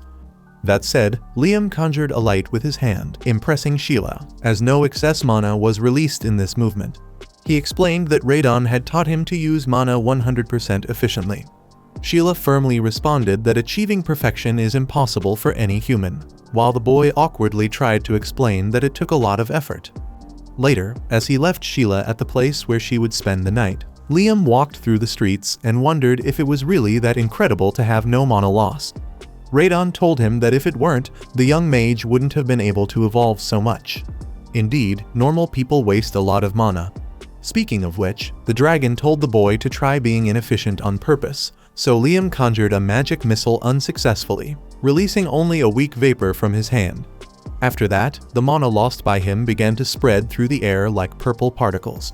Liam thought it looked like fireflies, and Radon confessed that was poetic, for to him it was just dust floating in the sunlight. Radon said dust because the particles accumulated on the ground as they fell from the air, and this accumulation is what forms the magical crystal. Given the size of the city, some must have already formed. To find out, Hamilton activated mana detection and felt a very weak magical energy. He ran in the direction from which this flow came and ended up arriving at a place that seemed to hold something magical beneath its soil. Liam quickly dug up the location and finally found a magical crystal, but despite the mage's excitement, Radon explained that he wouldn't be able to do anything with this item, as it slowly loses mana until it becomes just a stone. Still, these crystals remain valuable, as they are rarely excavated, usually only on battlefields where a lot of magic was used. Because of this, they are also known as blood souls, and compared to diamonds of the same size, they are much more valuable. With this information, Liam Hamilton discovered that such expensive objects could become an important source of income for the nation, potentially becoming a national specialty. The next day, the sovereign summoned his brother Bruno. First, he praised the young noble's work in Agi. Second, he showed him a hole full of magical crystals and expressed his desire to create a stable production of them in his kingdom. Bruno was shocked and doubted it was possible, but Liam, having already explained the use of high mithril in his city to his brother, believed that the fact that everyone could use magic contributed to the generation of magical crystals. Speaking of which, he wanted to negotiate this resource with his brother. Bruno, not being a fool, grinned from ear to ear, aware of the value of this material. Moreover, the pattern of each magical crystal is unique, so they could become even more expensive depending on the design that was on them. Not wanting to miss the opportunity to handle such an important material, Bruno begged for a chance to profit from the crystals. Before anything else, Liam asked his ally to take a look at one of the crystals. Bruno analyzed that it was a young crystal, recently formed, favored among younger and newly married people. If you pay attention to the color of the layers and the space between them, you will see that the spaces diminish in crystals that have been in the earth for a long time, making them even more beautiful. It takes about 300 years for this process to occur. Magic crystals of this type are certainly worth 5 times more than ordinary ones. Reflecting on what he had just learned, Liam invoked the dust box, where 1 minute equals 1 year inside. In other words, a magic crystal would take on its new form in just 2 weeks inside this box. 3 weeks later, Liam returned to the dust box after waiting 500 hours with a magic crystal inside. When he removed the crystal, it had decreased significantly in size, but had become incredibly beautiful with a very clear layer. pleased with the result. The wizard stored the valuable item in his item box to keep it safe on the other side. After finishing the conversation with Sheila, Liam Hamilton sent a delegation of elf women to Quistador as a sign of friendship. Among them was his illusion disguised as an elf, with the item box in hand. From it, the mage's copy was able to retrieve the newly produced magic crystal and present it to the king of this nation as a gift. Having never seen anything of the sort before, the monarch demanded the presence of an appraiser who confirmed that the crystal was indeed genuine and must be around 500 years old. Meeting with Bruno again, Liam hoped his strategy would work. Previously, he had used silver coins to show the neighboring nations the technical skills of Liam Radon, but since doing just that would be too aggressive, he sent water to the region affected by drought. Now, he sent a delegation to an allied nation with a jewel as a gift. Bruno deduced that his brother was trying to show strength without being aggressive, which was exactly what the wizard understood from Radon's phrase, to join strength with cunning, along with the suggestion that came from Scarlet about the local currency. After this meeting, Liam received the delegation of elf women back, and they reported that the Queen of Quistador loved the magic crystal, as it could buy an entire plantation. On the other hand, Liam Radon also received gifts as a way to reciprocate the gesture of friendship. Finally, Rihanna mentioned that, at another time, Sheila would come to advise Hamilton on relations with Palta and Jamil, indicating that this alliance relationship still has a long way to go. Moreover, hearing these words, Liam reflected that he could finally take a rest. Later, while walking, the king encountered Asuna and Jody, who invited the master to an adventure once he had recovered from his fatigue, or even to stop by the guild. Liam confessed that he would not like to see his brother Albrecht there, because the man simply exudes envy. Speaking of which, Albrecht is exuding envy in his family's territory, swearing that he will not go easy on Liam when he comes back home with his tail between his legs. Returning to the protagonist, he receives affection from Chris, Slillan, and Slip-On. Guy arrives to tell Chris to stop clinging to his majesty and allow him to rest, which starts another fight between the two. After that, Liam stumbles upon an emergency meeting with Scarlet and Flora, as Quistador had made contact, suggesting that Palta and Jamil might change their movements, and the two princesses are there to share important information from their kingdoms. Liam regretted not noticing this meeting earlier, but Scarlet made it clear that the king could leave these matters with them, while the sovereign should focus on paving his own path with the dragon god. With that in mind, the wizard did another training session alongside Radon, and would love to learn a new spell today. After all, if he is to pave his own path, that path is the path of magic.